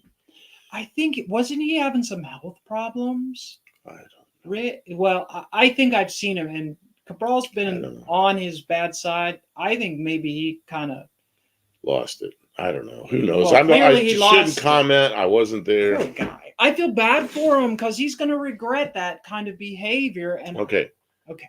We got 1 minute until Colleen, or till Colleen's already here. Until Wendy's here. Oh, Wendy, she's coming on. So, all right, well, I'll head out. Okay, Dougster. Good having you. Thank you for coming in, Dougster. We'd love to see you again. Wait, I couldn't hear what he's saying. Say it again. Bye, everyone. Have a great. Go, Kim. Everybody say goodbye to Dougster. Bye, everyone. I'll be in the chat. Okay, take care. All right, Uh, we're back. oh my God, real JoJo Jackson. Oh my God. Yeah, well, yeah, but I think that just for the sake of like our format, having too many people, like we're not very good at having a guest. Until we get a little better at this, too many is. I'm gonna just head out myself. Pleasure as always. Take care. Take care, Iceman. Oh, Iceman, It's bye. good to have Thank you for here. coming. You're always the first one in, or almost the first one in. It's good to have you here. Why I don't like how my hair is like. Why don't you like how your hair is? It's like green because of the green screen. Because of the green screen. butchering it. Oh, it makes like a green haze. Look at my Yeah, red it shirt. looks like Has my red shirt has a green haze green around it. halo. I need to fix it. I'm sorry, everyone. Oh, So oh, I'm crap. standing in line. That's a Dice Clay I'm comment. fearful now. Okay. Let's see. Dougster hath returned unscathed. Your hair looks great, Kim. I think your hair looks fine. Oh, thank you. We The hardest part is like I'll go out and There I'll we be go. working. Can you put up a link for Wendy? Oh, okay. No hurry though. Not until you're ready, Wendy. Oh yeah, Wendy, are you ready? If you're ready, we'll put it up. If you're not, I know you probably just got off work. There we go. Yeah, That's the link, Wendy, when you're ready. You can click on it. Click on it. And so my hair goes through. It takes a beating. We're welding or grinding and like doing stuff. And it like I'll pull it back, but then I'm crawling under a car and it's on the ground. If you watching videos, I got leaves in my hair and stuff like that. That is not fake. She was standing nearby 2 days ago. There were sticks in the bathroom when I was combing my hair. I was welding tubing, and I got the hood on and everything, and I see something go and sparks go all over the place. And we got all kind of crap around there. So then Kim goes, "Something's burning." My first reaction is to look at your hair, but then there was some paper and stuff down there that we use for to light the wood stove, and one of those sparks got in there, and that caught on yeah, fire. we almost She stomped it out. Let's see here. Wendy's working on her connection. We don't have video yet. How's your skills on a Vanguard 16 horsepower twin carburetor? Hi, Wendy. We'll bring you in a second. Let's finish this question. So mostly old parts. We just rebuilt the carburetor for our rototiller, and get yourself some Berryman, a can of Berryman, right? You know those little files that you use to clean the tips on welders? It's like a little kit. It has different size, different gauge wires. Get one of those so you can clean out the ports. Be patient. Breathe. Take it all apart. Take it off on the bench. Open it up. Get a little brush. Brush it all out with the Berrymans. Poke all the holes out with that thing. And put back tip together. Cleaners? Tip cleaners. And you'll be good. Like I was going to say, I'll show so the tip simple. Cleaners, but I don't have the tip cleaners. I only have the tip. Just the tip, hon. I get paint in my hair a lot. Exactly. Oh, how long hair in the creeper wheel? Oh, ow! Yes. When I was a teenager, that was a problem. Let's see if we get Wendy in. Oh, Wendy's in there, sorta. We got to get her adjusted so that she's in the right Wendy, place. can you down so your head's higher in the picture? Because right now you're in. There we go. There we go. Yeah, perfect. Go. They're all over the place, but okay. Can we hear you? Can you hear me? Hi, Wendy. We can hear you. Coming on. This is great. Thank you. Did you see our thumbnail for tonight? I sure did. I seen it before I went to work. I did that for you. Buff was. He was working on that for like an hour last night. And Yeah, there we go. Proud of himself. I seen Don comment on. He said, "Road Toad." Yeah, Road Toads. That's right. Well, and you notice there's 3 years of Road Toads, and I made sure it was a 62. Yep, Don's are 4 doors. Well, I I picked out one I liked. Weren't most of them 4 doors? Wasn't that a mostly 4-door kind of thing? 2 doors sort of rare, isn't it? I don't know, it's 1960, I don't they were all know. 4 doors. Go Yeah, ahead. Don's is a 62, and they're both 4 doors. Okay. Because the 60s were all 4 doors. And then in 61, they had the 2 doors and the wagons and all that stuff. Mexican specs, laughing buff with long hair. Yeah, before I went in the Air Force, my hair was bottom of my ears, and it was long enough that I could get it caught in a creeper wheel. But that was in 1972. That was a while ago. Everyone's saying hi, Wendy. Hello. The Stone Soup car is a 2-door road coat. I watched like all 3 or 4 of Dead Dodge Garage doing that Stone Soup. Have you seen the Stone Soup car, Wendy? No. Dead Dodge Garage, is that who it was? Is redo it. Well, he's starting. It's like a traveling project. Like each person is going to do a little bit and then move the car on, and then it eventually goes to somebody.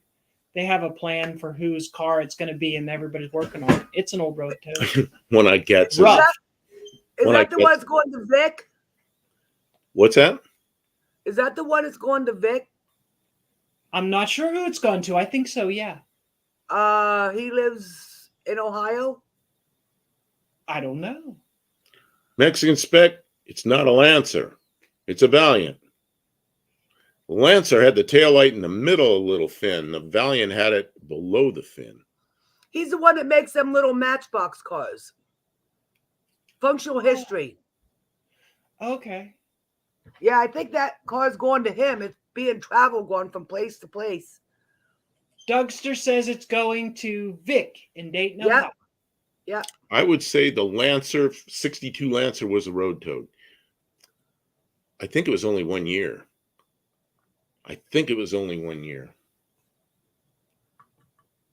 Oh, Stone Soup is a Lancer. Oh, okay. Yeah, because when I was a kid, I didn't like the Lancers because they had that little round taillight in the fin. And the original road toads had the little slanted, whatever you call them, taillights, 60 and 61. See, Wendy, in 1960, I was 6 years old, and there was a woman next door that bought a brand new Valiant, and it was the first one I'd seen, and she took me for a ride in it. And it was a white Valiant. I just thought that was the coolest car I'd ever been in. It was brand new, and I've just always remember that. At cat eye taillights on the Valiant. Yeah, until 60 and 61, 62, they were like Colleen or like Wendy's. My nephew, he's a little slow, and he loves to go riding in Don's car. He gets all excited and everything. I mean, I He's don't like- think being slow is required. Well, he's like 22, but he has his brain is like a 10 or 11-year-old. And if you seen him, you wouldn't think this. Maybe. You His brain would- might be fine. He just might be a little slow to communicate.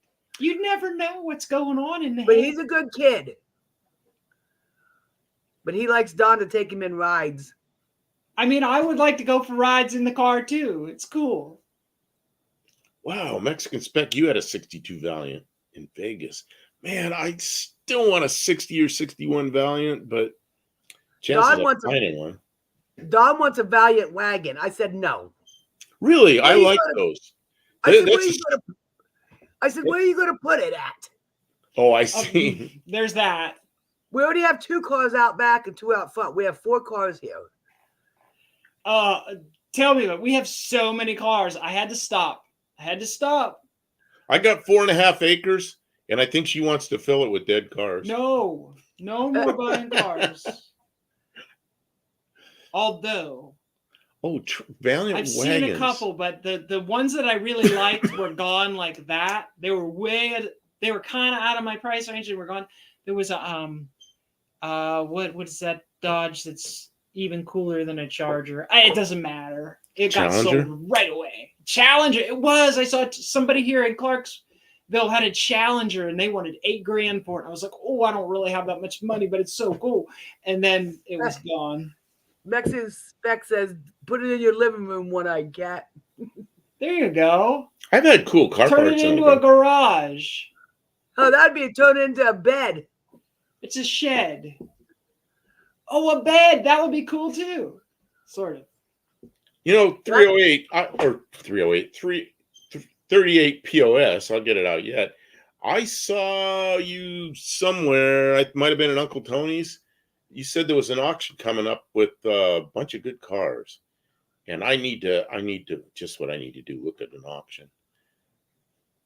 I don't remember what the cars were, but We I have had to a lot build of your interest. Studebaker. I know we got the Studebaker. We haven't even finished the suspension on the Valiant. It's been months. We got the little blue sports We got car. the little blue sports car. Although we're just going to strip all that body off of it and do something fun. Oh, we lost Wendy. Oh, Wendy went away. What happened to Wendy? There she is. She's back. I just stopped my camera. That's okay. Oh, yeah, you don't- disappeared. Yeah. Those are my grandkids in that picture right there. That's oh, awesome. I see. Oh, I see. That's 4 of them. The one in the pink and purple, they're twins.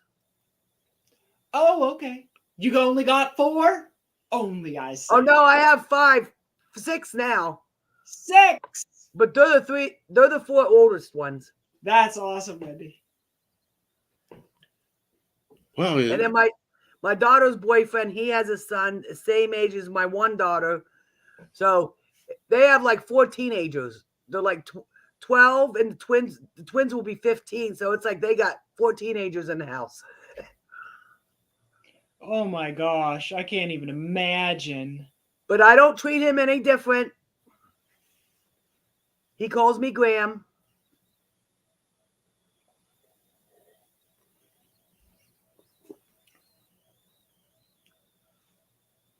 There's too many teenagers in one place. Geez, what did my parents do? There were 3 of us in the house, and then we all had friends over. Holy Well, good thing she has a 5-bedroom. tornado warning. So there 1 confirmed death in Westmoreland, along with several injured. Thankfully, no damage here in Topeka. Wow. I'm one of parts. I'm one of 17. Can you imagine living in a 4-bedroom house with all of us? 17. Yep, I'm one of 17. Good Lord. 17 kids. My dad had 4 to his first wife. My mom had 11 to my dad, and then my mom had a set of twins to someone else. So, but my mom raised the first 4. So it's bigger than the Brady Bunch. That's a lot of people. Yeah, it's a football team. A football team. Or basketball or soccer. With the grandkids and all the great grandkids. When my dad passed away, the funeral home wasn't even big enough. We had to go to a big old church to get us all in there. Where'd you grow up? PA? Oh, in Pennsylvania. Yeah. Well, I know you're there. I know you're there now. I just didn't know where you're originally from. I get that all the time because I have an accent. You sound like you're from New England a little bit. No, and out of all of us, I'm the only one that has that accent. Really? So is my dad my dad? Really? I don't know. You sound like a lot of people I've known. I'm up from Pittsburgh. Says, You're out more towards Philly though, right? No. Harrisburg? you're in the No, middle of the state, aren't you? I'm like 3 hours from Harrisburg. Well, Hershey Park. I'm where the Little League World Series is. That's where I'm at. The little baseball. I can hear that region in your voice for sure. Okay. But I already knew that you were in that. What's wrong? Pennsylvania. Okay. Raining slant 6 with a chance of cannonballs. Hi, Buff, Kim, Wendy. I hope all are safe in these wicked storms. So I'm thinking, oh. So I pull up a map. Let's see if we can get this. Can't really see that well. How can we get? Does that camera work? No, not there's anymore. A way. Yeah. Okay. Give me a second. Hold Okay, on. 'cause we used to- You have to put Buff up on his own and move me. There's the side cam. See your head there. Well, can you point that down? No, I don't know. Or Yes. put this in front of it. Okay. Here, just do this. Okay, then back it off. Man, I am shaky. Somewhere in there, there's a blue dot. Where's the blue dot? There's a blue dot. Oh, it won't focus. Yeah, this is no good. It That's doesn't focus. terrible.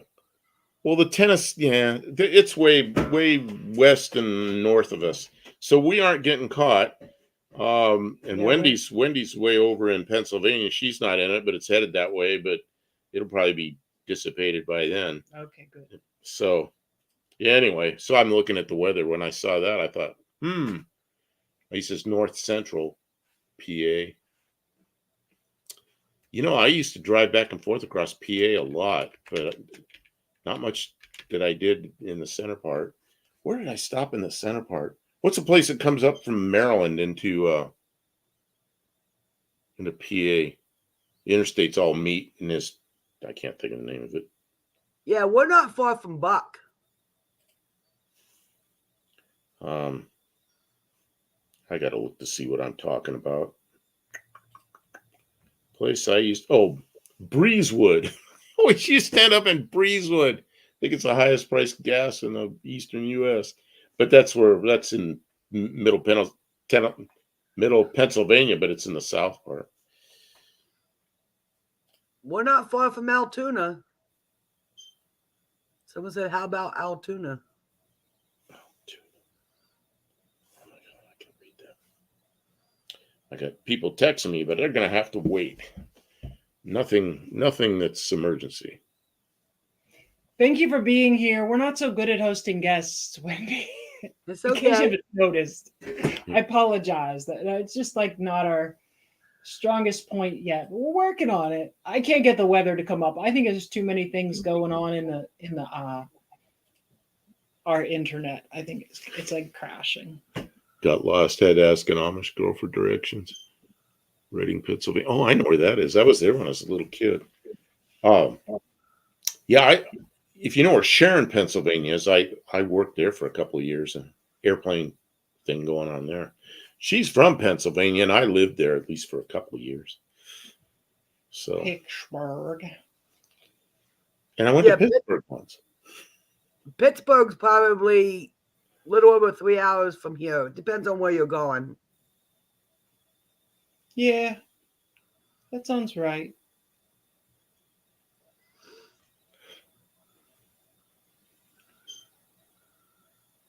So, are you working on a car too, or what? Who, me? Yeah, you. No, I ain't working on a car. Oh, I thought there were two of those cars, and one of them was yours. Yeah, there is two. Mine don't need nothing. Oh, yours is fine the way it is. Yep, it don't need nothing yet that I know of. How often do you get to drive it? I never drove her, but I drove Norm. Girly is push button, which that's mine. Her name's Girly. I named her after my gram. Mostly old parts. Night, folks. Got to go vacuum the water out of the basement. I've done that too many times. Vacuuming water out of the basement. We don't have a basement here, so I'll never have to do that ever again. Iron City is truly bad beer. Probably. I don't know. Have you ever drank the water in Pittsburgh? It's a little tinny. Know, maybe. Probably. I mean, I've eaten at restaurants. They probably gave me water that came out of the tap. Everybody always called it Iron Shitty. I don't know. I didn't drink it. Dougster, thank you for being here. Good night. We appreciate you jumping in and chatting with us live on our monthly StreamYard kind of thing. Maybe it's not monthly. I don't know. Every once in a while, StreamYard kind of stream. So, Wendy, you work in a hospital or something? No, I'm a manager at Dollar Tree. Oh, okay. Because you come in late, and I just figured it was some kind of shift work. I close at nighttime. Oh, I see. Yeah, I just figured it was shift work or something that was like that. Yeah, it's shift work. I'm the nighttime manager. Well, thank you for your service, because without a good Dollar Tree, this nation would fall apart. Massachusetts, they call them cellars. I got a friend in Massachusetts. He always says down in the cellar. In a cellar. No. There's basement. no R. There's no R in cellar. Basement. Yeah, that's what I always call it, a basement. Do you call it a cellar or a basement, Wendy? Mine's a basement. Yeah, you got to get up into Massachusetts before it's a cellar. Hmm. Okay, so should I show one of my other props? Yeah. This I found on eBay a while back. It's a 1/2-inch drive, snap-on, military ratchet. It was red. And I know it's military because instead of having a date, it says SV. And if it's a V, you know it's military. SV71A. Snap-on, Nice. USA. So I see this red ratchet, but I'd never seen a red ratchet before. So I wrote the guy a question. I said, where did you get that? It's military. He goes, I don't know, but it's red. I said, fire department or something? I didn't know. I had to have it. So I bought it. Got it. Open up the box. And the first thing that about knocks me over is the smell of paint. That con painted it. He took it apart and painted it. So I know he painted it because it smelled like fresh paint. And he wouldn't answer the question right. So I thought it was, and then I had a friend that's a Snap-on man. So I asked him about it, and he had no idea. He goes, no, I've never seen a red one. I sent him a picture from eBay. So then when I got it, it was like, I know what happened. He took it apart, painted it. So I got this really nice military ratchet from unknown when, probably 40 or 50 years ago, and it's red. So I left it red. Don't use it. Danny boy, that makes sense. The basement is under the house and the cellar is under the front porch. That tracks. And I wanted to say, maybe not everybody. Wendy, do you have a toilet in your basement? It's very No. common in Pittsburgh and surrounding areas to have a very small bathroom that is not it's not framed. There's just like a toilet sitting there in the open basement, and maybe sometimes even a shower just hanging off of a pipe over top of a floor drain. Nope, with don't no got that. enclosure. And they'd call that a Pittsburgh toilet. Danny Boy said Pittsburgh toilet. Yeah, he knows. He knows. That's a thing that's very common in the old parts of the city. And there's reasons, but I mean, nobody really cares. But I worked in plumbing, so I saw it all the time, and I knew the history and. I have a washer and dryer hookup in the basement, but when doesn't everyone? No, but when we bought this place, they remodeled it, and it's on the first floor. Oh, okay, Miss Fancy. What is this? First floor bathroom. First floor bathroom. No, First no, floor no. Laundry. Laundry room. Yeah, I yeah. want the laundry room up on the next floor where Don's room is, because it's right above it, and that's where he has his indoor workshop. Yeah, they but go- then you have to usually give up a bedroom for second floor laundry, and Pull up most one- people don't want to Pull do up that. one-eyed cat. Well, we are. The last one. One-eyed cat. Thanks for coming in here. Take care. 4:15 comes too early. Yeah, I agree. I'm usually going to bed about that.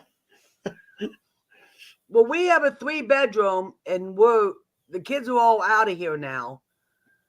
So he took the smallest bedroom and made it into a workshop. And I always wanted my washer and dryer up on the next floor, and it's right next to the bathroom. And I wanted to open that whole wall up and make that whole room in the bathroom all one room. But no, Don's not letting that happen. Why not? Nope. It's expensive.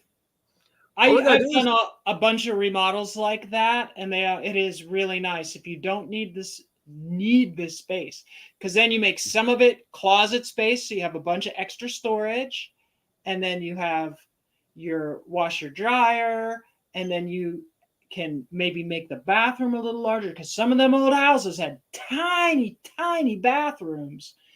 And I mean, we yeah. have a big house, but our bathroom's so small. Yeah, an You old walk house in, in there's South your Dakota. sink, there's your tub, there's your toilet, and then you got a wall. That's And how old is your house? 1940s. I don't know. Because a lot of those old houses, maybe older than that even, they had those really shallow closets.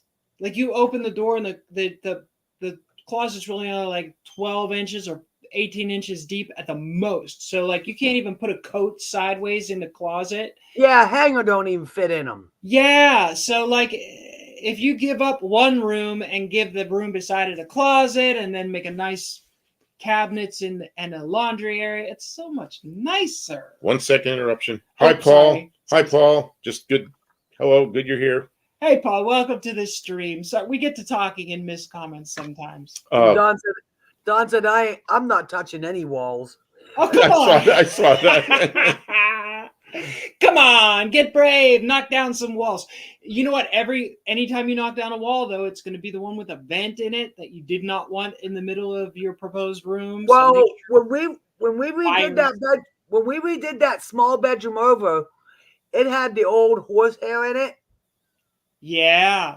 So we took Horsehair all that plastic. out and did With the insulation. wood lath. Yep.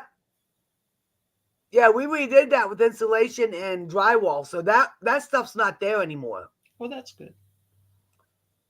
Then So all we had to do is just knock the bathroom wall out. It's all there. You know, we had a house in South Dakota that was built in 1879, Yeah. and the bathroom there was a bathroom upstairs and one downstairs. The one upstairs had been added. They'd made a bedroom into a bathroom. This is enormous with a toilet off in the corner and a bathtub, old bathtub with feet on it. The bathroom downstairs, there was a staircase that went up there. If you sat on the toilet, you had to sit like this because a staircase, you'd whack your head into the bottom of the staircase. They're like, we need a bathroom. We'll put it under the stairs. And like, well, there's no headroom. Well, that's all right. You'll be sitting down. Well, we were That's little right. kids, you know, we moved into the place. We just thought it was normal. And now I think about it now and I'm going, that's not normal. Don't worry, Paul. There's no like requirement of being here first at the beginning. Like we go everywhere in the conversation, and I would say you missed stuff, but I don't know what we talked about. And that knob and tube, Danny Boyd. Oh my God, I've seen some stuff because the knob and tube, they'll like pull it, stretch it across the rafters and then just like hang tees off it down to the lights and stuff like that. That is some crazy stuff. And it gets old and the insulation just falls off. So then you got like bare wires just strung like Christmas lights. We have a load bearing pantry cabinet. Oh man. Yeah, we got a load bearing wall here and nothing under it. Just stretched all the way across. And then we had to we had somebody come in and put a steel, like an I-beam under there there. are no structural deficiencies. This old hillbilly house built in 1967. I'm glad to have it, but It is the Del Campo. It is camp. We live every day at camp. had day surgery today and just getting my second wind. Oh man. Ooh, surgeries. Had day surgery on You're you? feeling better. On you? Or are you a doctor doing surgery? I bet he had it on him. Oh, people lose track of the hot. And the common with knob and tube. Oh man. Many years ago, in my 20s, had a girlfriend, and she was telling me she's having some problems with some electrical problems. So I'd go over to her house, and she goes, the wires are all upstairs, and I got a ladder and went up through a trap door into the attic, and I looked around, and I'd never seen that before. The knob and tube and all these bare wires all over. I took one look at that. Oh man, there'd been rodents and stuff on this dirt and crap, all of these wires. I just went, you're gonna have to call an electrician. I didn't want anything to do with that. So if you've never seen knob and tube wiring, it's so wonderful. It's crazy. Nice. Paul says on him. Ugh. Well, at least you're home and you're doing well enough to be on here. It's good to see you. As long as it ain't load bearing, well, you're okay. And you can build a steel beam sandwich with.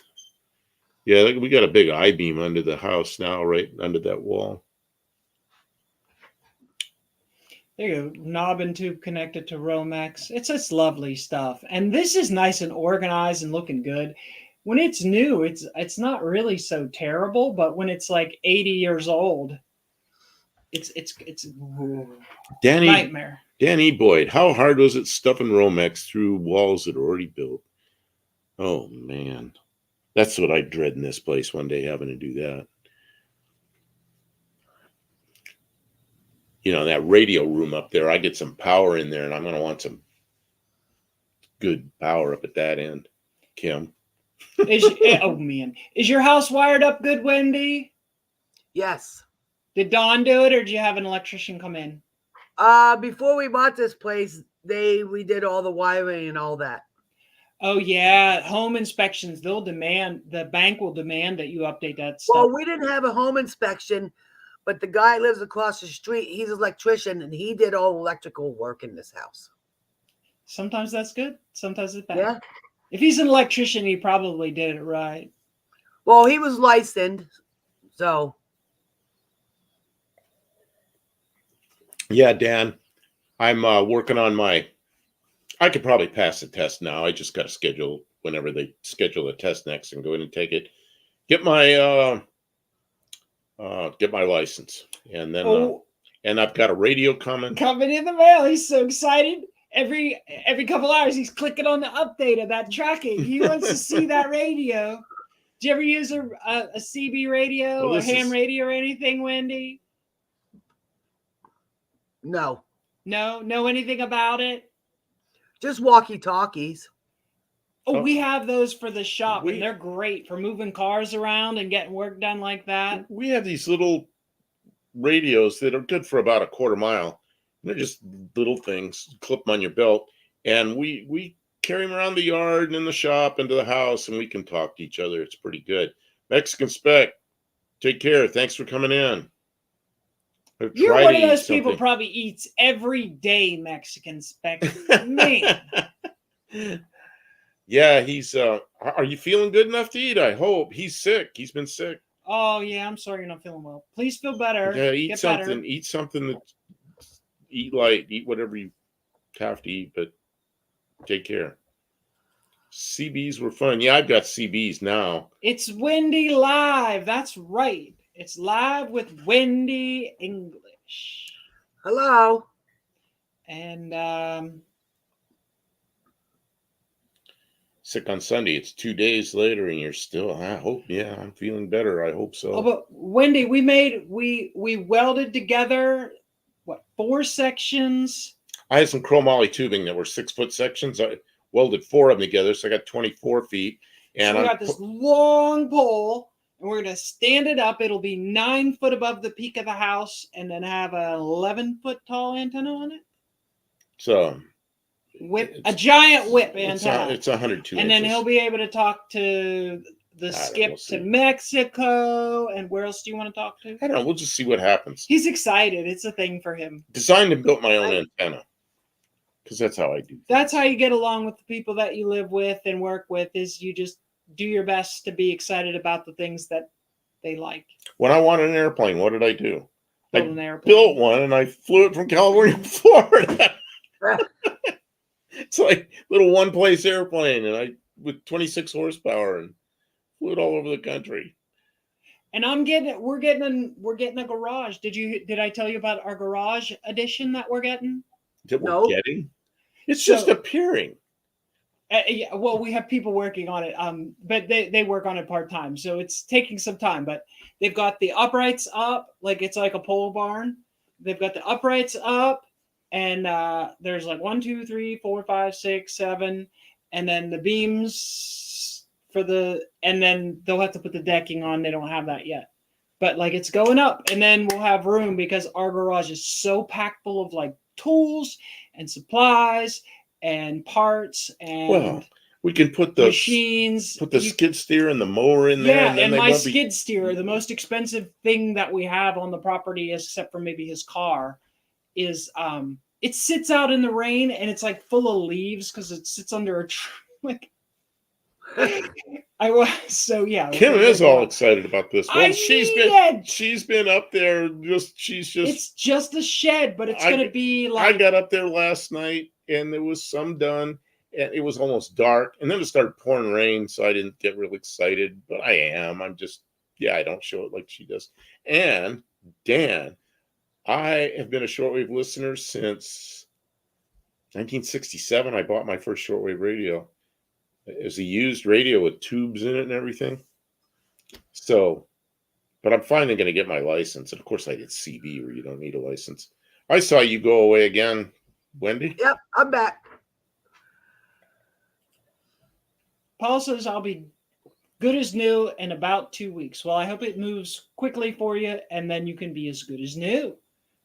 Because, boy, to be good as new, that's amazing. I wish I could be good as new. When I got run over by that Studebaker, I thought I was going to die that day. But once they x-rayed and everything, a doctor says you got a lot of broken bones, and it'll be all healed up in about 6 to 8 weeks. Well, it was about 30 weeks. But I was 100%. I was how old was I? 62 years old. Try not to get run over by a car. It's a very good lesson in life, You know what? especially your own car while you're working on it. You know what? It wasn't my car. It's No. a friend's car. It had been sitting for like 40 years. It was a 57 Studebaker that somebody put a small block Chevy in. I bought the engine. We're going to take it out. But old high school friend, or guy I knew right toward the end of high school in California. We've known each other since then. We're both like mechanics. That's all we do. We mechanic on stuff. And you know what? We screwed up. We got complacent. We didn't put wheel shocks under that Studebaker. And it rolled off a set of ramps. And when it came down the ramp, the front wheel went up on my chest. And that's two of us being just got in a hurry and being stupid. And man, I don't do anything without wheel chocks under a car now. Once in a while, I catch Kim doing something. I go like, "Where's your wheel chocks?" We've got a lot of wheel chocks. It's I important. noticed. Front and rear, left and right. I noticed your white Dodge truck that you're stealing parts off of. Yeah. I noticed you wheel chalked that with a couple of. I chalked it with a jack Jack stand and stands. laid it on its side and kicked it under there so I it go can't there. go nowhere. Two of my jack stands on their sides and the wheel chalked. I was like, yeah, okay. I was taking the wheels off. It won't roll like that. Well, I've seen you get really, really almost with stuff. Oh, like when the engine hoist flipped over. When did you see that when she flipped the engine hoist over? Yep. I got out of the way. That's good. Yeah. In hindsight, I should have done things differently. Mistakes were made. I never drink and wrench. Yeah, when I was 17, do I admit to drinking when I was 17? I had a Mickey's Big Mouth. You know what that is? Back then, it was legal. 13-year-olds. No, it wasn't legal when I was 17. And I was putting radio or stereo or something in my 74 Matador. Well, that's because it was prohibition. Nobody was allowed to drink back then. And I was prohibition. And I was drinking, and I put that thing in there, and I reversed polarity on the brand new stuff I was putting in the car, and piffed something in there. Burned it. Well, I took it to a guy that had a radio and TV shop, and he looks at me, just laughs. Yeah, Mickey's malt liquor. Yeah, so it comes in a green, looks like a barrel. So he shakes his head and looks at me. He goes, for guys like you, they put a little fuse down in there. So he goes, I can fix it. And he did. Rainy Slant 6 with a chance of cannonball said something about someone encountering a snake in a crawl space, and that sounds like a terrifying story that I don't want to think about. Because she had that happen. Where is this? I don't like snakes. The snake came up out of the crawl space and was in our bathroom when you screamed. Yeah, we had. Did anybody see the videos we made about the snake that was in our bathroom? That was a while ago. Snake didn't come back. We were nice to the snake. We take the snake gently away once we caught it. We took it down. He is such kind-hearted. We were talking before about how kind-hearted he is. We catch this snake. So we take it out, and I'm thinking we're just gonna like drive to the next block and dump it in a culvert. No. We drive over and we find a nice place down by the river. By the river. Which is like we're like driving for like 20 minutes and there's a snake in the bucket. And he's like, let's find a nice place down by the river, which is nice. You know why? But like that's Because there's going to be there's water, there's going to be mice, there's going to be rats. Snakes. You have a nice little snake house. Snake will be able to have a life. Kind-hearted man. He's thinking about the welfare of the snake. And then Danny Boyd says, keep a pistol on you for snakes. Nah, it was in the house. Not gonna fire a pistol. It was in only the a house. little snake. It was scary. Well, when I lived in Oh, California, you have a cat. There's the cat in your that's- video, Wendy. is that the That's one-eyed what I cat? get. Woohoo! That's the one-eyed cat. Yep. Okay. That That's cat has good. 2 eyes. That's not my main. I have a Maine Coon. I don't know. She's probably up in bed with Don. Oh, okay. I never saw how someone could keep a snake as a pet. You were watching something about snakes in the Everglades, weren't you? I heard Yeah, they caught a snake and they python, they an killed invasive species. they killed it, but they couldn't show that. But then they cut it all apart and they took the meat and cut it. Each showed how he made a dinner out of it, and they were eating it. Like a king snake, really mellow. Here's my main. Here's my Maine Coon. What is it? Her other My kitty- Maine Coon Oh, cat. a Maine Coon is a breed. I didn't know that. She's standing on top of the microwave, and the microwave is hooked to the wall.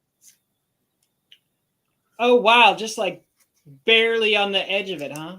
Yeah, it only sticks out like an inch or so. Yeah, she's Dan- bad. She acts Yeah. like a dog. Dan says you can't cuddle with a snake. No, Dan, but the snake can cuddle with you. If the snake is big enough, you can cuddle with a snake. Someone says snakes and fries. You really got the snake to a nicer place, it's less likely to come back. Yeah, it was far enough away. That's the thing. I didn't want it to come Yeah, back. it was miles and miles and miles. Like we drove to the Oh. way down to the river. Like we don't live near the river. We drove to the river to release, You catch and can, release the snake. if you're interested, you can watch the video of me releasing the thing. You don't have to watch the video. We caught a snake. I mean, watch it. Give us view time. You know what? Okay. Click on the video and let it play while you do something else so we get view time.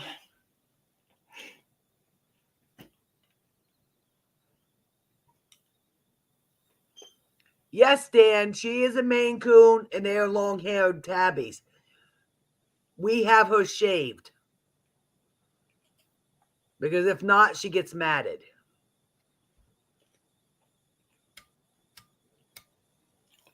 Look at behind Wendy, AHRA. Hmm? Yep. I just noticed that. And Oh, the John was there. Did you get that from him while he was there? Dallas gave us that. Oh, probably from No Name. Were you at No Name? Yeah, I was there for the first and the second.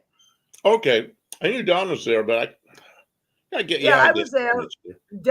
Dallas gave that to Don. That's the one that hung in Uncle Tony's thing whenever Dallas went to Tony's and did lives.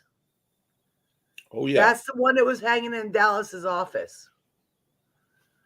He gave it to Don. Bless you. Excuse me, I got. There's one medication I take for blood pressure, dries my throat. Usually I can take a cough drop and it clears it up, but sometimes I start sneezing. It's hard to stop. Take me to the water. What are you? Oh, you're. Drop me in a river. So I'd say I didn't know what that was. It's a song. I know that now.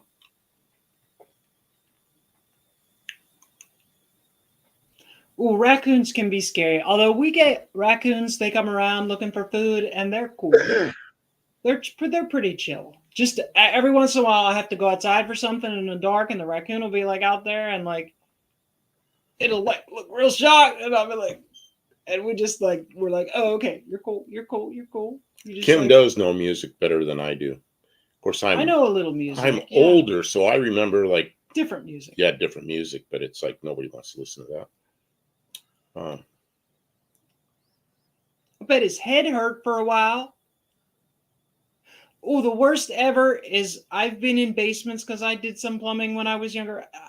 Is when, because obviously the people put nails through the floor, and if you stand up in a crawl space onto a rusty nail into your skull, that's the worstest ever. I just learned how to do that. I put that up there. Hopefully you got tetanus shots. Oh man, I have had so many tetanus shots in my life. You would think I would be immune forever. And they do a test to see, they do a blood test to see if you have resistance to tetanus. And after at least 10 tetanus shots in my life, probably more. Because when you have a surgery, they do a tetanus shot. If you get a nail or a scratch, you get something in your eye, they give you tetanus. 15 tetanus shots, I still don't have any resistance to tetanus. So luckily, I didn't get it ever. 38 POS race. Are you talking that the club where the pool table was? If you were, yes, I did sign that ceiling. I don't know where that is. It's right there by the showers. Where the showers are, the bathrooms are. I never went in there. Oh, yeah, we Yeah, did. they got pool table in there. You know what? We by We gotta the go end of the this year. day, We gotta go this year. Well, they weren't open last year. I don't know if they're going to be open this year or not. Oh, okay. That Oh, yeah, I first year- stood on a bar stool and signed the ceiling. You what? I stood on a bar stool Oh my god! and signed the ceiling with a On marker. one bar stool, I would have had 2 bar stools, like still. Hey, I wasn't the only. There was signatures all over the place in there, so I got up there and I signed too. That's cool. Yeah. We didn't go in Yep, there. that's the because- one. He said, "Yep, I did sign it," and I think Ron and Don did too.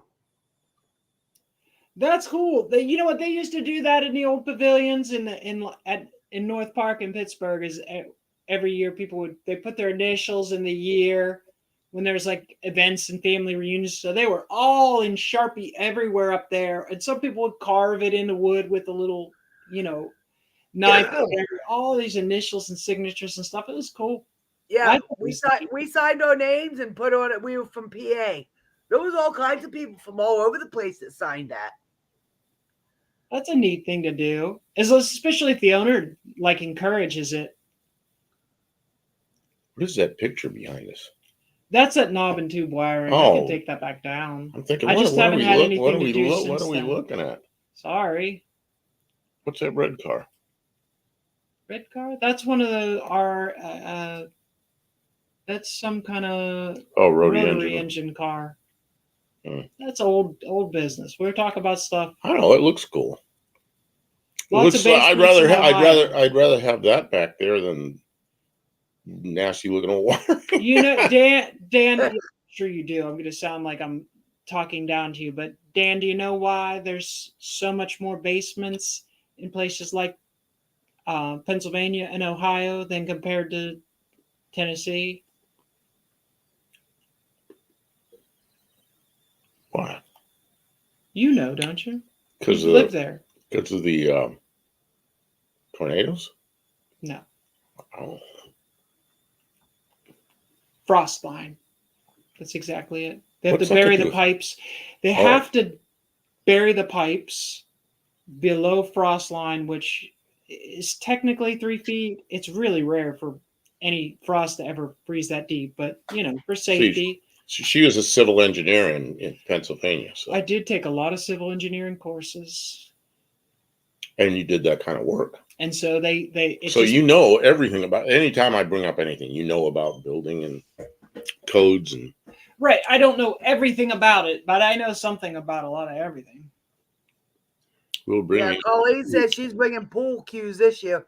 Yeah, I think they're going to open that place up this year. They were talking about it. Pool cues. Is that for smacking me around, or is that for? And they're under new ownership, so Well, last year they were under new ownership too, and they didn't open. No. But the first year, someone else owned it, and then it was sold for the second year. But they're thinking about open. I think they're going to open it up again this year. Yeah, Well, slabs. Arizona. Everything was on slabs, and I really liked it. In Arizona, that's appropriate, but it's Yeah. tough to do in Pittsburgh. When they do that kind of construction in Pittsburgh, they run into problems that they didn't expect because, so for instance, because they do build houses on slabs in Pittsburgh in certain places. For instance, if the power goes out and it gets cold, the pipes in the floor will freeze. Oh. Whereas if you have a basement, the pipes are way down and you're less likely to have that. Plus, you have like a root cellar, you have a place to put your furnace, place to dump your coal into. Anyways, Yuma, Arizona, the only thing that ever froze was the ice cubes in the freezer. That was it.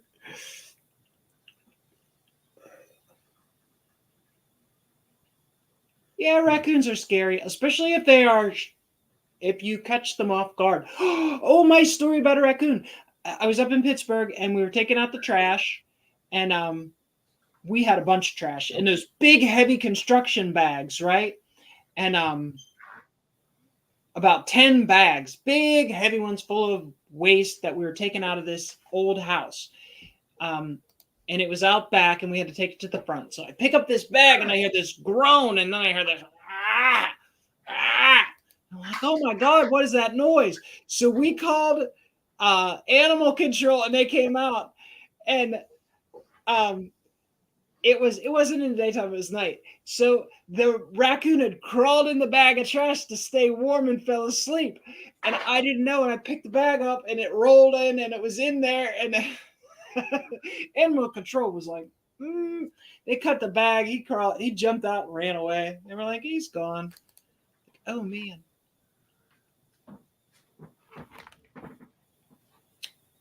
I'm looking at cars here. Possums are resistant to rabies. Not Yeah, raccoons. possums. I never worry about rabies with possums. I don't but think I they don't get handle. rabies. I don't handle them either. But yeah, they're not. Possums are actually really nice, and they eat ticks. And they eat ticks. They eat all kinds of bugs. In the summertime, you know, that door that's actually a window, or it's a glass door. Yeah. If we had the lights on, you know, like bugs all over that thing, but there's no bugs down low because the possums come up and eat them off of the door. And they try to get them. Well, up we have high. a pool cue in the garage. Maybe we'll bring a pool cue. Although I'm sure Why do we they'll a have pool? Why do we have a pool cue? cue. I mean pool stick. Yeah, why? Was it I yours? found it in the garage when I was Oh, organizing because so the garage was my former wife must have had one of her boyfriends. one of them. Was.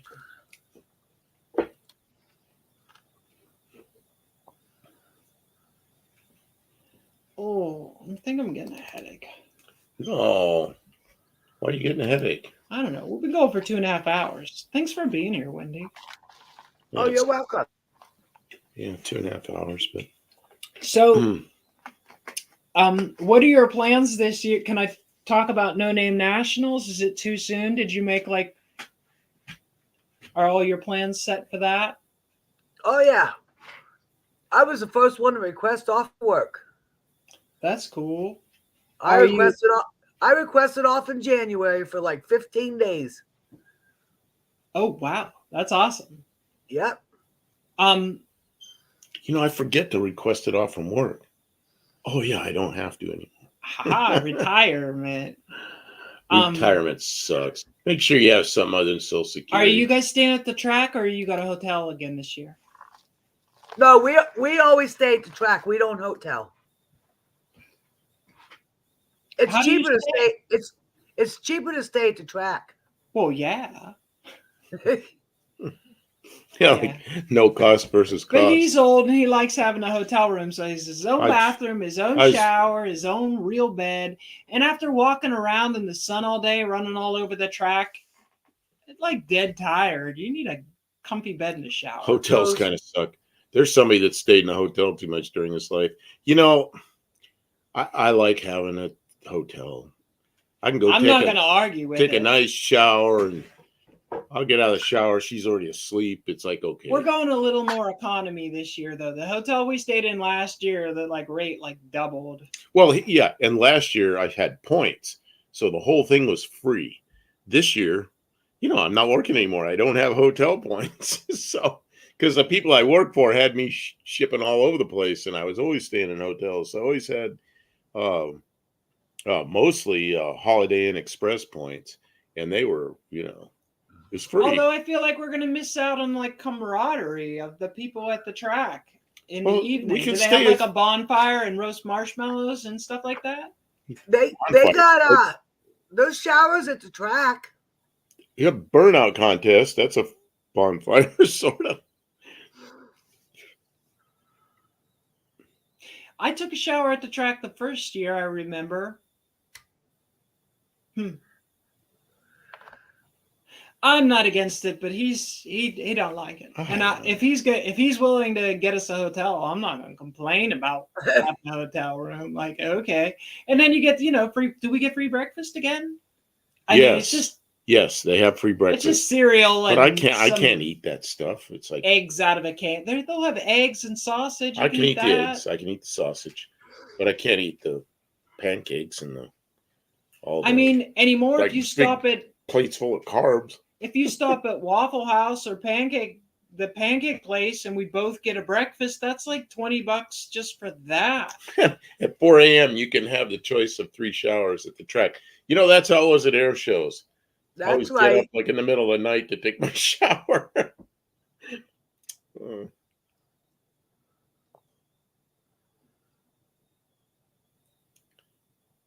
And that place where they had the pool tables, Kim, you said you took a shower that first year? Yeah. It's the same building, right? Because the showers you walk under the He carport. was the one who didn't know what the hell's going on. Oh.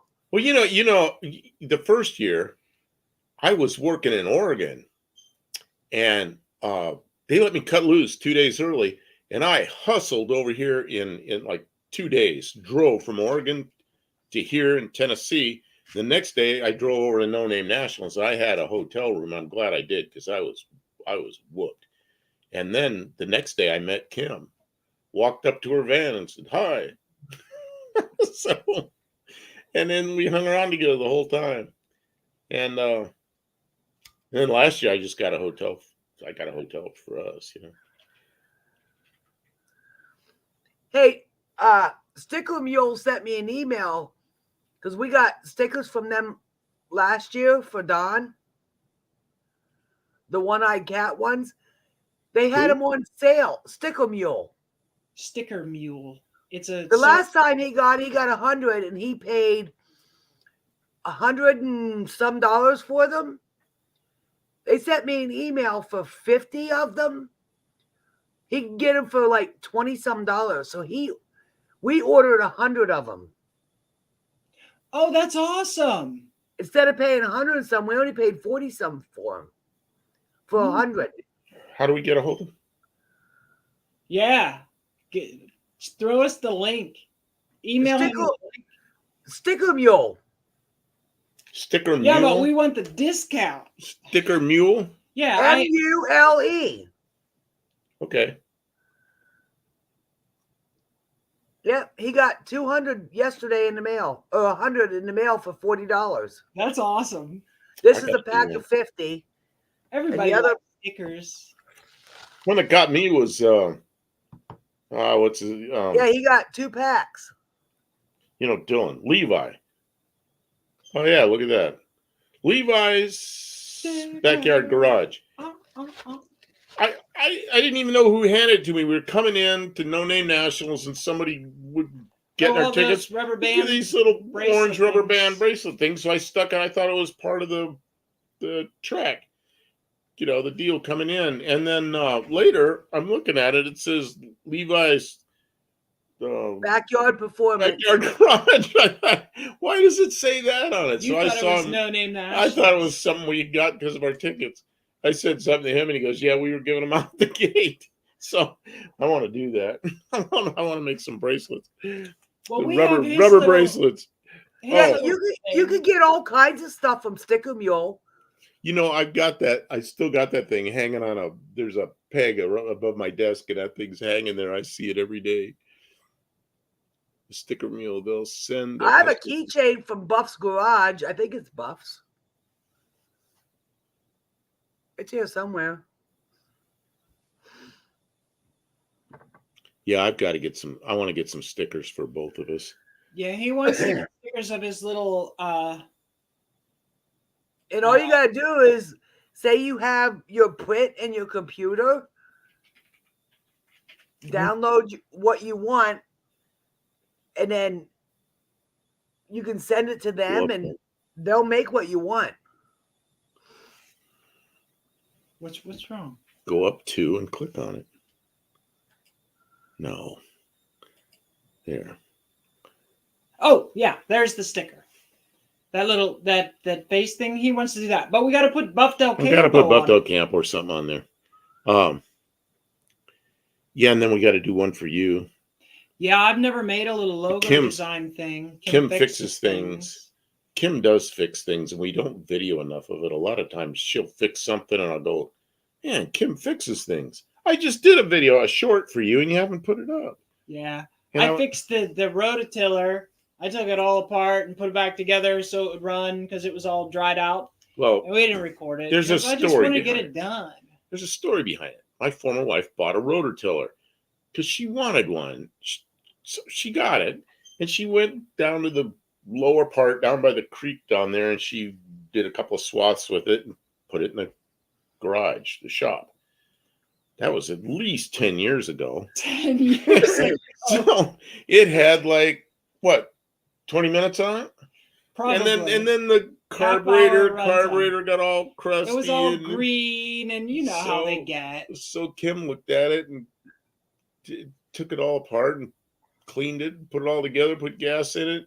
And she says like this, she goes, well, let's see if it'll start on the first try. And she pulls it, and it goes, whoop, up. It started on the first hole. Started right up. And so then, now we got a usable rototiller. We're going to have a garden this year. Well, we have the gardens already now. She planted all these little plants that are, I saw them inside. Oh, I brought them in. I wanted to show my plants. Oh, geez. Ah. Careful, Kim. Get too excited. I'm excited. I forgot about my plants. It's been hours and I didn't bring my plants. I didn't show anybody my plants. Yeah, Tony's hot rod garage. I've got his stuff. I got his stuff written down. Tomo, I got his stuff written down too because I was gonna have him make stickers. But now there's more. I got plants. See, you didn't want to bring that That's the camera over water. for me. Here I got the little side camera. Oh, I'm excited. I didn't care about your stuff. This is my plants. Do you want to see the plants, Wendy? Sure. What kind of plants? All kinds. I'll show you in a second. Well, they're not Let's see. that kind of plants. No, that's not right. Sidekick. Here it is. Okay, plants. And look, okay, so I took 2-liter bottles and I cut the bottoms off. This is too close. This is too close. Sorry. Try not to get nauseated. Okay. So I took 2-liter bottles and I cut the bottom off. And then I took clothespin. So this one says yellow. I know it says yellow zucchini. So see this right Says yellow here? zuck. That one's a yellow zucchini Okay, start, she knows what it says. right? This one says Left-handed tobacco. No. I don't know what that one says. This one also says something. Oh, tomatoes. These are tomatoes. I don't see the tomatoes yet. That little thing is like a weed growing. Yeah, there's weeds. What are we growing? There's Weeds. weeds. I think that might be tomatoes. This doesn't focus. That might be. Here's a zucchini. Look, that's definitely a zucchini right there. That's growing. And then, so we had dino melons. Were bought them you from here the that store. night we had the dinosaur egg? Look, there's a dinosaur Yeah, egg. I Where's the saw melon? that. I was here. These are the seeds I from the dino melon. They're saved the growing the seeds. best of any of it. So we saved the seeds. And then here's another green zucchini, and this one didn't go. But Well, I and mean, I'm gonna do about at least 3 rows Okay. of corn. I out got there. to stop before I'll get nauseated. I'm nauseating right. I'll go to the dino room in honor of our dino seeds growing. They are growing. Our dino seeds are growing. We're growing dinosaur eggs. Okay, I gotta get this out of there. Yeah. So I gotta. I tried gardening once, found out it's not for me. Yeah, that's what the only thing I've ever grown that worked was tomatoes, and it was 2 years ago, and it worked real well. And last year Yeah. I wasn't here. Last year I was here, so it must have been 3 years ago. And then I was gone at work, so I didn't do it. And then last year we didn't do it. But the tomatoes came out really good. I had 4 tomato plants, and I had like 98 tomatoes. I was like, and they were really good, Roma tomatoes. And after I picked them all, it grew about another 30 or 40. It was just amazing, and they were so good. Oh, I didn't say hello to Tavo. Hi, Tavo. I'm sorry we didn't welcome when you came in. Hey, Tavo, you had a live the other night, and I missed it. I felt Sorry. really bad because then when I found it, you're like distraught because nobody showed up to your live, and you said, well, "This is the last time I'm going to do this." Well, then I went in there and I left you a note, that I watched it afterwards. But sorry about that. It was just I was busy at the shop, and it's staying light later, so it's really easy for me to forget to come back to the house. Working. Yeah, it's when it was wintertime here. Of course, we're backwards. It's becoming winter down there. So he's going to be getting darker and we're getting lighter. So yeah, and it's warmer and We were out so gardening. How? The only thing I can grow are peppers and weeds. weeds. I like peppers. We're gonna go peppers. I like turnips and carrots and beans. The yellow beans, you can't buy them. You can only buy green beans, but I like the wax beans a lot better. So we're gonna get those. The bigger Well, road does be a luckily handful. our garden didn't have it. We had rocks, but we didn't have any roots. There were a few. It got Yeah, all she told me, she goes, mow this area down real low. And I put the mower down real low and just shaved it right down to the dirt. And then she went over it and it just it started smelling like a farm. It started smelling like, an agricultural get your area. hands in the earth. Oh, man. And so I'll put in a couple, at least probably 3 rows of corn, and then you'll put in all your little peppers and I don't think tomatoes we're and going to all grow that. corn well. I told him we need to grow it in a clump, not in a row, but I don't know. My father used to do like 3 rows of corn, and it always worked well. I remember walking down between the rows and picking the corn. And we always had my father next to the house. It was in the city, a little place, but he always grew all this stuff. So I learned when I was a little kid, corn, carrots, the little onions that back east, they call them scallions. You know what scallions are? Yeah. Okay. Yeah. And he did all that kind of stuff, and it was really good. Do you ever grow a garden, Wendy? No, but my stepdad does. He does corn, and he does his corn in rows. Well, the reason that they plant the corn in rows is because it's easy to harvest. Well, I'm lazy. But I'm just saying, if you're only planting a little bit, you can plant it in a clump and it'll grow up like a big grass. It doesn't matter. We'll plant a row of corn. Well, let's try it. We're going to have abundance. Because to make it in a row, it needs room to grow. If you Yeah. put it in a bunch, it's not going to grow. Because Yeah, going because to it's too starve it. close. He used to plant quite a few, and right away he'd be thinning them out because they're too close. But sometimes they didn't germinate, so there'd be a space, But I remember him doing that. Yeah, And- you have to, and they had you to have be to plant them they had to so be far apart. That's Yep. any plant any food that you're going to plant, they have to be so far apart from each other. Yeah, they tell you the preferred distance, but sometimes you got to plant like a little extra because not every seed's going to grow. Right. Seeds are expensive. It's like 25 cents per seed. Like you get a little packet, there's only like 10 seeds in there. Who's the Right. guy with the When you plant something, don't just put one seed in it. Put like 3 or 4, and that way at least one of them will take. Well, that's with those dino seeds. There's like 100 more seeds than I should have ever put in there. I didn't think they were going to grow at all, so I just tossed a big handful of them in there.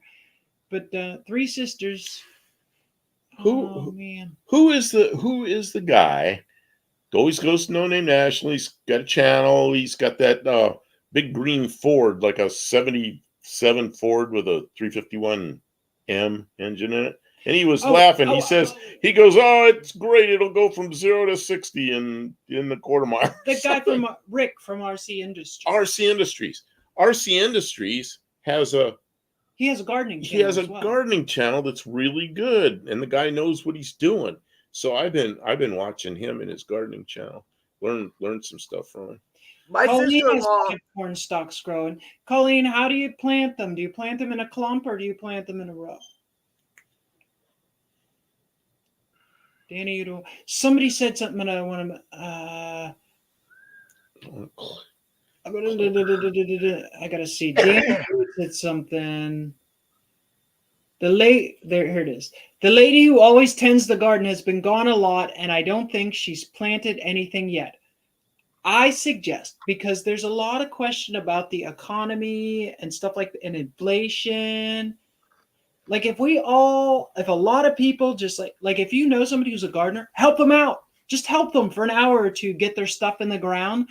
There'll be abundance. There'll be all kinds of extra. And so at least for a couple weeks, because everything's ripe at the same time, it's way extra. But at least like for a moment there'll be plenty of food for everybody. And that will be really good. So that's like, we'll have like abundance for a few extra weeks before winter. Our neighbor up the way here, I see him once in a while because I'll be mowing and he's mowing and we meet out there. But he grows a pretty good sized garden every year. And last year he was giving us quite a bit of corn out of that. Oh yeah, free sweet corn. That was awesome. He gave that to us. It was pretty good. Oh, this is important stuff. See, this is stuff that I don't know about gardening because I didn't do it enough in my life. Three Sisters mean you plant maize, beans, and squash in the same soil, and they help each other. Like plants release certain nutrients and keep bugs away. And you like all those things. Yeah. So that's good. We'll have to do some studying. But right now we're just going to hit it random and see what we can get because something is going to be better than nothing. So I used two 2x12 boards to frame in several raised beds to keep roots from rotting. Remember that thing I had up in front of the shop that's now gone? Yeah, there's a raised bed over there. That was 2x12s, and they were that's where I had my tomatoes planted. You know what? It was a good place at the time, but now it's a terrible place now. Didn't work out in front of the shop. Yeah. I'm signing off for tonight. Paul, I hope you feel better. I don't know what your surgery or procedure was, but I hope that you recover quickly from it. Get some good rest. You know what he's doing? He's been falling asleep while he's watching. Well, thank you for tuning in. I do that. I hope I'll be watching Uncle Tony and I'm dozing off. Something diverting to do with your time until you're ready to fall asleep. 2x12 boards to frame in some. Oh yeah, depending on your soil, sometimes you really need to raise it up. I don't think where we have the garden, I don't think it's going to get flooded. It's not a swampy area. It's not going to get flooded there. That's why I wanted it there. Yeah, I think though that we probably will have to water it I think we're gonna have to put a fence around it because it's full sun. Oh yeah. Although real close is the neighbor's garden. He doesn't fence that at all, and he doesn't have any animals eating his stuff. We get deer in the summertime. I know, but he doesn't have any problem. There's a lot of farms and stuff around here. I think that maybe there's enough opportunity. I'm hoping. I mean, I don't know. I guess we'll find out. Well, the deer come right up the house and eat this weeds and stuff up by the house. So, yeah, I don't know. Colleen said it in a row. In a row? I missed her comment. Yeah, it's there. I think he really wants to do a row, so we're just. Well, you know why I want to do a row is because that's what my father used to do, and it just made sense. And then you said no in a clump, and I'm like, No, we'll do it. Maybe I don't know something. Nah, we'll do a row. You know what? Go up to the co-op. The co-op is like just up the street a little ways. Go up to the co-op. Tell them I want to plant a row of sweet corn. What do you have? They'll probably have it's such a classic farm store. You know, they'll have like a paper bag and a little metal scoop, and they'll scoop up the corn and tell you how much you need and how long a row you're going to plant. It's really funny. They'll tell you exactly what to do. It'll go great. They know me up there, and I buy like 2 bolts, and they weigh them, and it's like not even $1, you know. And then the guy next to me orders like 3 tons of some kind of seed and they're delivering it. I'm like, holy crap, 3 tons of seed, you know. So they got big customers too. My neighbors grow wheat, barley, canola. My sister-in-law, she uses some kind of manure. I mean, she plants her garden not at her house, but it's like a community garden. As long as she takes care of it, she can plant there. Yeah. She uses some kind of manure and mixes it in whenever it gets rototillered. I guess it's keeps it from drying out. It's good. I don't know. Oh yeah, you don't want to just use dirt. You want like soil amendments, they call it. Add stuff to make the soil. Hey, She add mixes nutrients. can we put like horse manure or something like that with that, or cow manure. We've got cows in the field. Like I can see them out my back door.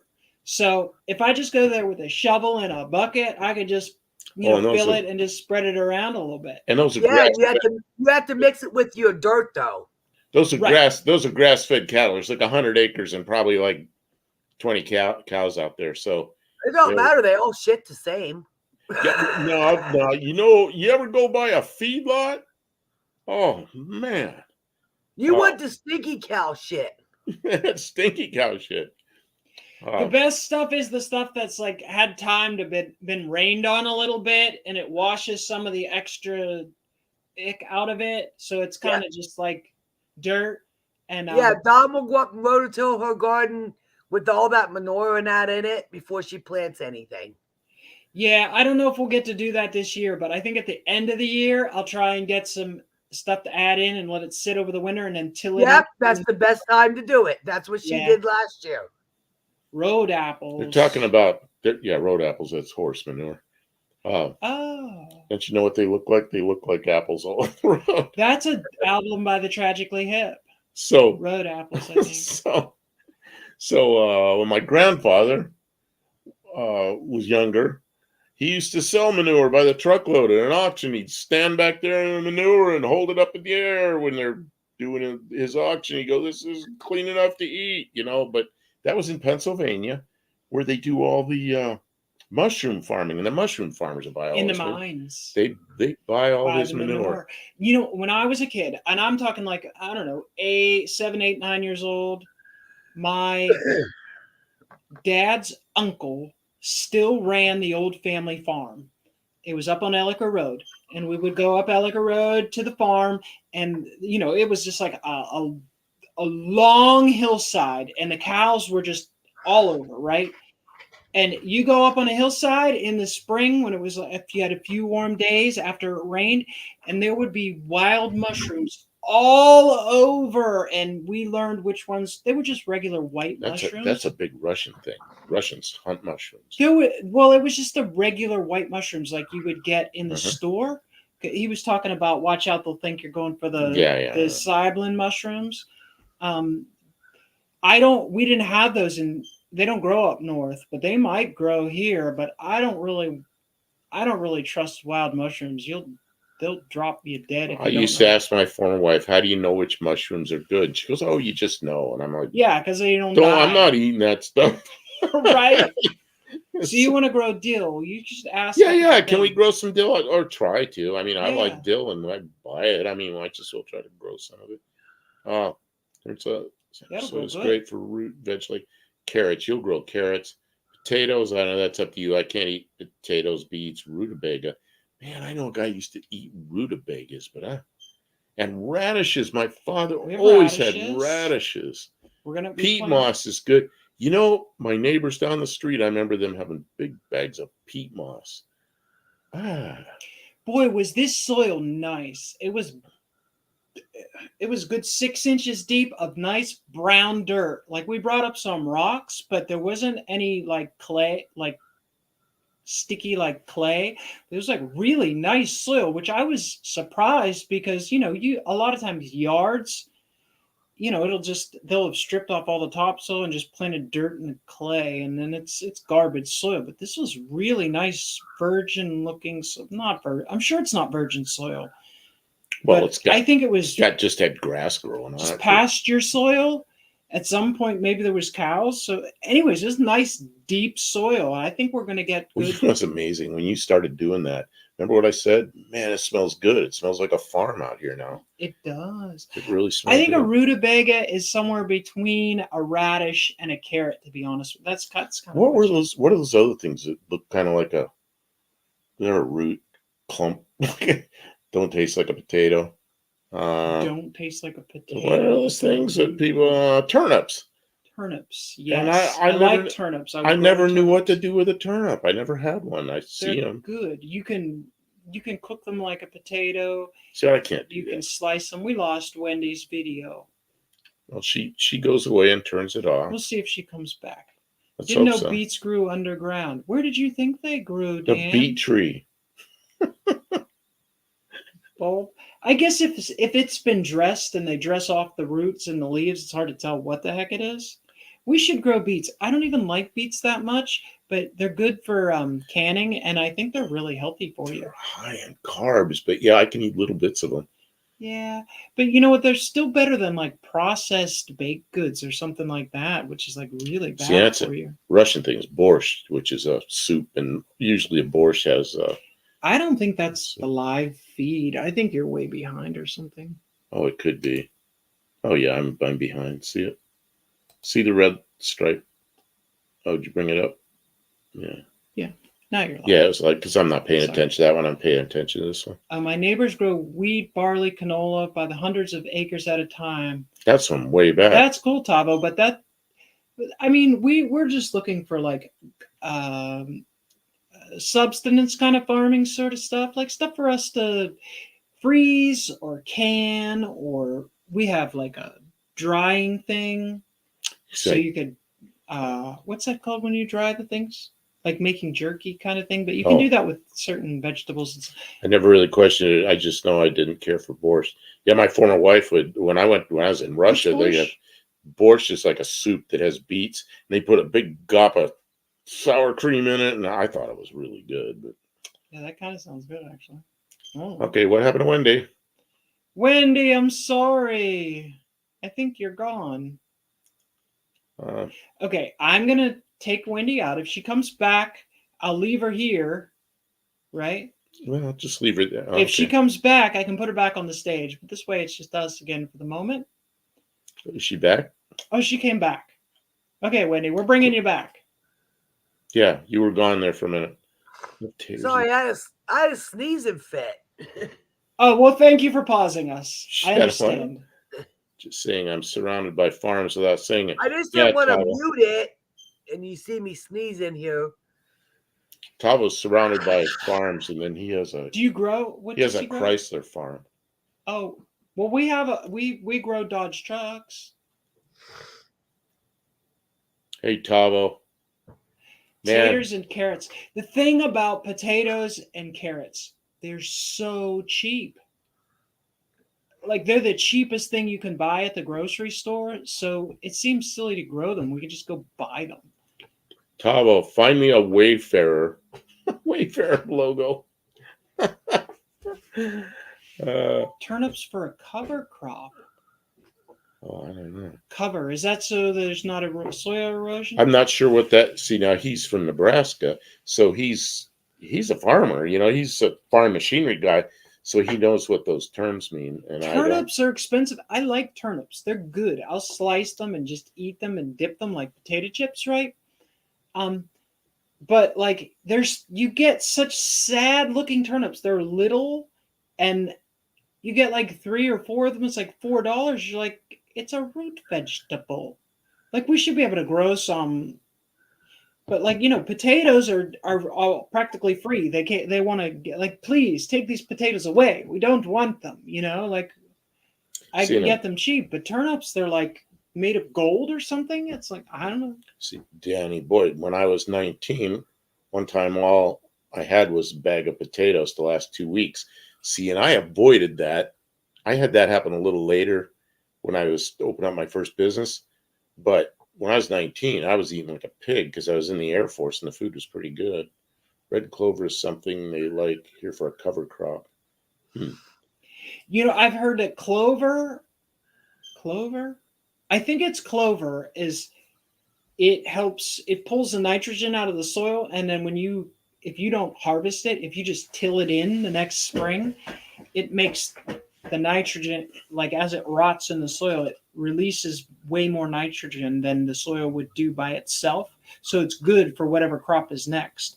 And that's like, if you do a lot of farming, you learn like these advanced science stuff so that you can rotate crops and get stronger future crops instead of just like sucking all the energy out of the soil. See, there's another thing, onions. Those Wayfarer strips are Turnip quite stew rare kind of down tastes like here. a variety of geez. radish. No, I don't need one of those Wayfarer strips that badly. Oh, somebody machine one for me. Oh, $100 8 years ago. Wow. That's crazy. I just figured they'd be laying around as many as those things. Yeah, are. that's ripe for reproduction. We have a friend who makes these screwdrivers. Oh, you know what? The screwdriver is for adjusting a carburetor. And then, I don't know if you can see it says lean and rich. And this part turns so you know what you're and it's doing. got a little ball in there that clicks. Just so you can just really, so you can remember what you're doing. And this thing fits over the top of a 4-barrel carburetor. And it's got spots for all your plugs and your jets and all the little your tools and screwdrivers things. and stuff you can set And there's a on. place for this in here. And it's and- all 3D printed. That's really cool stuff. And his name is, Chris. what's the name of his business? It's right there on Oh yeah, no kidding. WAF. WAF Racing, which I don't know if he calls it WAF Racing or just WAF. But if But That's if pretty you like cool. stuff like this, go in his website and But he has a 3D scanner, and then he has a bunch of those 3D printers. So if that Wayfarer strip's worth $100 for a little thing, that's we from could get Australia. him, It's from Australia only. but we could get one, and then we could make as many as we They're, want. they're chrome or they're stainless or something. I'll do something else. You could spray paint it with It's not copper the- paint. I don't and- like the name Wayfarer anyway, but I just think it would be cool to have. Sorry, Wendy, we're not communicating with you directly very much. That's okay. I'm I listening. got to That's catch some of these. pretty cool. Over here, I say over here because over here we've got a big screen with all the chat on it. So that's why and I'm it's looking over over there. there. It's here and it's there. Oh yeah, it's over there for It's over there for stream. Oh, streaming. mine's over there. No, over here. Where's that camera? Have that camera. Oh, and I got a camera to the side. Well, take the camera and show what we're looking I at. sure do love onions. Sorry, Bonamaniac. I'm not making fun of you. I just okay. So How do I get this to work again? get rid of With that. side Get rid of cam. that. Yeah, there. Okay, here's the side cam. I hope there's nothing that we can't not show. Okay, here's our big screen. It's a full size TV. It's a 55-inch TV on its side, its and that's my side. chat. And then Here's- down there it tells what's going on Oh with yeah, it. down there it tells Tells us how what's the stream health is, and then here's his laptop, and then there is the other giant TV, and it's got StreamYard, and then it's got wait, I can click on this. Get, Got StreamYard right there, so I can watch the chat, and then it's got OBS there, so that I can change what we look like on the green screen. and then over there, anything I pull up comes up over there, and I can drag it. Yeah, over there. and then I can put that stuff up Here, show it. behind us. Show it. That's where is it? Yeah, that's my screen. Right there. That's my screen, and then this is Kim's screen. Everything she pulls up on the internet that ends up, she's pulling that up over there. Yeah. What else are we doing? Everything else, like we got all kinds of I stuff don't know. here. I don't know if it translates. I don't know if they can tell what we're actually doing. No, I'm not on Let me this. put it down. I was gonna stick it up near my nose, but you took it We're away. trying to do stuff. I'm sorry, Wendy. I feel like we're not talking to you. It's okay. I'm listening. Okay. It's crazy. It's so much 38 going POS on. because that's a heck of a studio. I hope it's entertaining when we do all this because it was a lot of work. Well, This, Colleen said, Kim, post a link. Post a link. yeah, what'd she say post a link for? What do you want to Maybe the link to? This guy WAF Racing? Oh, No, wow. maybe the screwdriver. I don't know. Yeah, pull that up. Yeah, and you know, that 55-inch TV on its side, it's so nice to follow the chat on that. I used to do it at Tony UTG when I did the lives with him, you know, and Kathy get busy and walk away, and she does all that from a phone. And you just touch that phone and it's scrolling, and I can't keep up with it. And it was, I can't believe she does that. She's able to do it. This just makes it so easy because I can just look at all this. And you know, Tavo, I would have done this with a single camera, but Kim had all this stuff because she was wanting to build a studio long before she met me. So all this stuff kind of came along. And where's that? Oh, WAF Engineering. There it is. So there's a link to WAF Engineering, and they are in. We met Chris with WAF Engineering, and he is the owner and operator. And like I said, he makes all this stuff here in Tennessee. Like, this isn't stuff that gets shipped in from China. He does the scanning. He manages the production with all these. He's got a bunch of machines to do all this stuff. So he was doing like tips for fenders and things that like stuff you can't buy. And he scans it and 3D prints like fender tips and things. It's amazing. And during the day, he's an engineer for some company. And this is his company, is WAF. Well, yeah, but he does. Let me bring it up. More than one thing. Well, yeah, this is his like little side stuff, but like that's his deal. Is he wants to, I don't know if you can. Yeah, I don't know if you can see it either. Maybe I need to size it differently. Oh gosh, I'm so confused. Well, you put the link up there; people can find it. Okay. Well, the screwdrivers actually, yeah, we were there. He had advertised some Chrysler parts. Can't get it over there, can you? He had advertised some Chrysler parts on Marketplace, and Kim and I went down there. He's in Nashville. We went down there and bought some things, and then he started showing us all this 3D stuff he does, and it's pretty cool. Screwdriver. Excuse me, and then I forget what did he say this was made out of? I don't remember. I asked him what kind of plastic. This stuff is tough. Like, okay, look, this is like a cup that goes over your, but it's 3D printed, but like I could stand on it. I could literally put it on the floor and stand on it. It's strong. It's like it's some kind of really strong plastic stuff. I think you could make some pretty substantial parts with this. And he's a car guy. He's got some really cool cars. And his wife's a car person. She's out there. She said she liked horses too. Yeah, okay, good. But she was out there, knew all about this stuff. Yeah, and like this screwdriver, I don't think you could destroy it. I think you could hit it with a hammer and not break it because it's. So I don't know what this stuff is, but if you needed some now, I noticed that his prices, it's not going to be cheap, but if it's something that's unobtainium, that's like super high value, like you might be able to make lots of them for cheaper than the price of finding one that's in decent shape. Like that's the thing too, is a lot of these older parts is, even if you can get one, it's garbage, you know, like this is like what they promised us would happen with 3D printing and that stuff, is that you'd be able to start designing and getting stuff like you just order it and it shows up in a couple of days, like made. Like that's the future. Potomaniac says he's out too. I didn't know it was so late. Yeah, this is really late. We've run on like 3 hours and almost 3 hours and 15 minutes.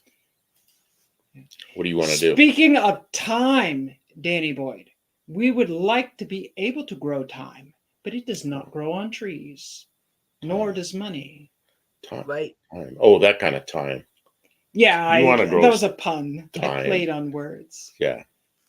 It's like my friends in the Philippines that think $100 bills grow on trees. Don't they? Don't we all wish? Go out and pick some more and Western Union to them. I wonder if that plastic could be used for stamping dies. You know, have to be some pretty thin, soft aluminum or something. Well, they've got a lot of different choices of what kind of plastics they can use, and they can use that. What is that? Lost It's 12:45 p.m. lunchtime Tavo. in He's on the Australia. other side of the world. That's He's cool. halfway around the world. Yeah. So they have the plastics that will like evaporate when they get hot. So you can put them, you can have it printed out, and then you can create like a sand mold, and then you can pour metal in it, like lost wax kind of casting stuff. But I mean, you can do it rapidly and make a whole bunch of them. Yeah, they know lost wax, last form casting. So like, yeah, if you needed something stronger, you could start with the kind of plastic that goes away and then make it. But like the 3D printers, he said, what was he had a whole bunch of these he was supposed to make. I guess he went to an event and showed them, and a bunch of people placed orders. And so he said he just ran those machines 24 hours a day until he had like 3 in his garage, and I think he had more at his job and at his office. So like if you need a bunch of parts, he can like he was like, yeah, I want it. That's what he wants to be able to do. I know stamping dies. We were doing wing ribs. They're like 200,000 pound press. It was With those styrofoam things? with the aluminum. That hard 2024 T3 aluminum. Yeah. Stamping out wing ribs, it takes some pressure, and you got to use a containment, and it's called hydroforming, and you press the form against the aluminum sheet and into a piece of rubber that's in a containment, so the rubber can't go anywhere. It's got to form the aluminum around the die. But I mean, man, that was some what is this? I don't know. Wanted We to lost ask, Wendy entirely. She dropped out. did you see Shane's vid on Slant Daddy Garage where he showed how to blueprint SL6? Oh, sorry. I'm so sorry. Give me a second. I'm sorry. I don't know what Kim's doing. Did you see Shane's vid on Slant Daddy Garage where he showed how to blueprint SL6 oil pumps? Yes, I did watch that. And sadly, we have ours together already. Well, you know what? I think we're going to Wendy, be done soon anyway. You can either come back in, or we're gonna hang it up here pretty soon, because we've been on 3 hours and a little more than 15 minutes. So yeah, I don't know. I just really enjoy doing this, and I could just stay in here forever, but we probably got to shut it down. You want to be back again next Tuesday night? Thank you for being here, Wendy. That was great. We really did enjoy having you. And I didn't boot you. It just dropped the connection somehow. Suppose where the guy was stamping hood louvers with 3. Oh, I didn't know about that. The only guy I've watched do hood louvers is Bad Chad, and he does them 1 louver at a time through a thing, and they've got to he and Jolene run the thing through there, stamping louvers, and they turn out really good. He's a kind of an old time custom body guy, and he's fun to watch. It really opens the door. This technology and this stuff, like, it really opens the door. I don't really think right now we're ready to work on a 3D printer. We have so much other projects going right now, but finding someone that you trust to work on to create stuff like that, what a resource that will be when it becomes more common. I never saw Bad Chad on a TV show. I've only seen him on YouTube, and they do a YouTube a day that's probably an hour. And if you do YouTube and you figure out what he does, it's amazing. It's a lot of work. It's a lot of work. And being ready to put an hour of video together nonstop, like, I'm going to start here and I'm going to be interesting for an hour every day, is a lot of work. Planning ahead and like creating your stuff. The other thing I've seen Bad Chad do is make a mistake and mess something up. And within the hour, he gets himself out of the mess. And I'm like, oh man, how's he going to fix that? And he pulls through, and it's like, man. And he lets the mistake go through on the air, you know. It's like, oh, okay. Did we That's good. blueprint our Slant 6 oil pump? No, like I said, What did he mean by blueprinting it? I don't know. well, watch Slant Daily Garage on the Okay. oil pump, and you'll, you know, it's like a, I don't know, 15-minute video, maybe longer. That makes sense. And you need to watch it because it's the kind of thing that you learn stuff from. Interesting for an hour any day. You know, here's the thing with Bad Chad. I watched him every day for probably a year, and then I watched him less and less and less because I learned so much from him. But now I'm into my projects, and I'm using a lot of what I learned from him. But yeah, it's hard to watch the same guy that much. And then sometimes I don't really like the cars he does, but I like his skills. I'm wanting to watch it.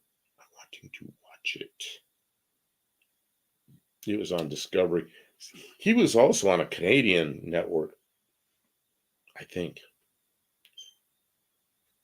You know, Jolene is doing all the camera work, and used to be you couldn't hear him, and then they got microphones. So yeah, she's improved it and done the editing and put the thing up. And she's his business manager. And I don't think he could manage a business, but he can sure manage a shop. You know, they're good team together. Well, Kim, I think Tuesday night is drawing to a close. I think that makes sense. And there have been a lot of great comments, a great group of people. Thank you for being here. What's this? One of the neat things on casting is those salt core technology. I forget if that was for gravity cast. Sand casting, pressure die casting?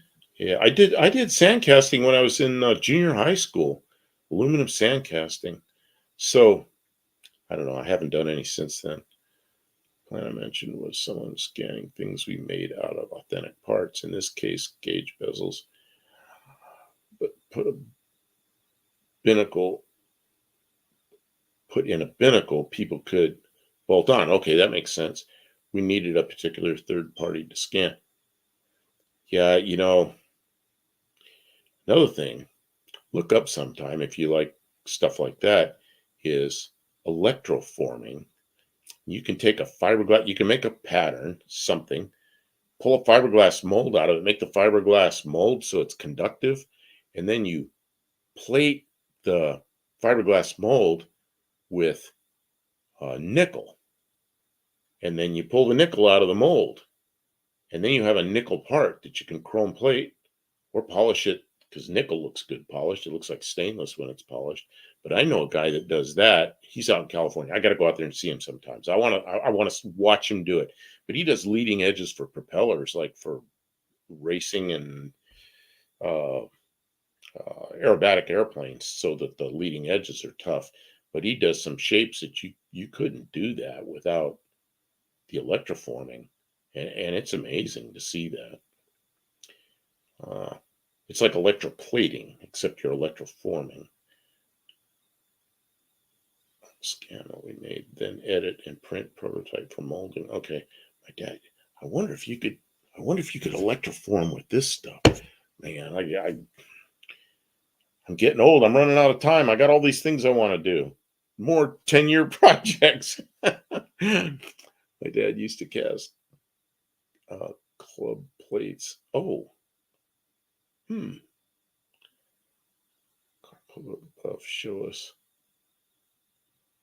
Show us sand casting. I haven't done a sand casting since I was in junior high school. We had a metal shop teacher who allowed us to do this, and he showed us how to do it. And we had this sand that was a little bit moist, and we put something in it, either a pattern we made or something we wanted to duplicate. And then he wanted us out of the room. He'd pour the aluminum. We'd melt down back when washing machine agitators were aluminum, and we'd bring in everything aluminum we had that was junk, and he'd melt it all down after we left and pour it in the mold, because once in a while you'd have one, you know, it'd the sand would be too wet and it'd boil it and blow it all over the place. So so he didn't want any kids around. We were like 12, 13, 14 years old. So yeah, I got to do it, but God, that age, that was 1968, 67 and 68. Try to pull that out of my memory. That's one. You know what? I bet there's people that do that same thing that he used to do on YouTube. And now that you're asking, now I'm gonna go look, because you could 3D print something that you could put in a sand casting and then make aluminum parts. I think Jay Leno's done that. Didn't Jay Leno do that with 3D printing from some old steam engine, and it was the oil pan for it, and then they made a sand casting? Six oil pumps is the standpipe and the little spring and the anti-drain back flap inside. Yeah, I don't know. Well, I'm going to watch Slant Daily's. I'm going to get Kim to watch it, and I'll watch it again. We've got really good oil pressure, and we did inspect the pump, and it's like there's nothing about it that's grossly. Didn't you clean something in there? Clean up some spot? I don't remember. Well, I know we'll have to rewatch that video as well. Like our Slant 6 is built. I'm not taking it back apart and doing the oil pump unless we have problems with the oil pressure. It's a running, driving car. But I do check out Slant Daily Garage if you're building a Slant 6, because they'll give you all kinds of really great information on how to do all the things. Yeah, a 3D printed prototype. There are many ways to copy it. What I do remember is with casting is you have to have a draft angle or multiple pieces. We use 2 pieces. So there's a way to, with the sand, you don't have to have that, because the sand will just break apart. It's with a mold you have to do that. It has to have draft. With sand, you don't have to forget that. You don't have to do that because the sand just breaks up. Right, but you also have to have a vent, and some things like to have vacuum to pull it into the mold. I think aluminum, it hardens too quickly and it won't go in the whole mold. It would come up the vent because there'd be these pieces you had to cut off and there's a lot to it. It's a very interesting process, and I'd like to see more of it, and I'd like to try some things, but right now we're just working on building a shed, planting a garden. And we got lots of long-term things we'd like to do, but short-term. We're talking about taking that Valiant to No Name Nationals, and I'm so excited about the little blue sports car that I kind of want. I'm more excited about that than the Valiant, and it's just sitting there, so I want to get onto that. But we're going to run out of time. Then we got an event next weekend? This coming weekend. Oh, there's a car show this weekend. Maybe we'll take some video of that if we can. We'll talk to some people. Swap meet car show thing. But then this weekend I wanted to go to the Land Speed Record. To the Land Speed Record stuff in Arkansas. I'm sorry. I wanted to meet up with Junk Car Willie, because he'll be there. He'll cover it, so I'll get to see it. But I'm not going to make it to this one because we got a local event. But I might make it to the next one, to the next Land Speed races in. It's at an old Air Force base that's been decommissioned, so they got a big long runway, and they time cars through half mile, 1 mile. Was it half mile, 1 mile, and 2 kilometers? And they get cars going over 200 all the time.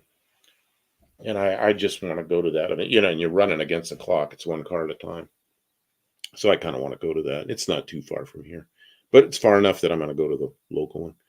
I don't have it, probably should. Okay, let's see. I ended up with most of his equipment. Who's this? He was talking about plates. Oh, okay. Those, I still don't know what he used for the pattern. Didn't he have dyes or something? I see what he's talking about. Okay. Yeah, I have to look at all that stuff. That's interesting. That's curious, yeah. And a plate is flat. You're talking about something that has writing on it or something. That would be was he flat. Talking about license plates? Maybe? That would be custom license plates. Well, or club plates. So that would be. What are club plates?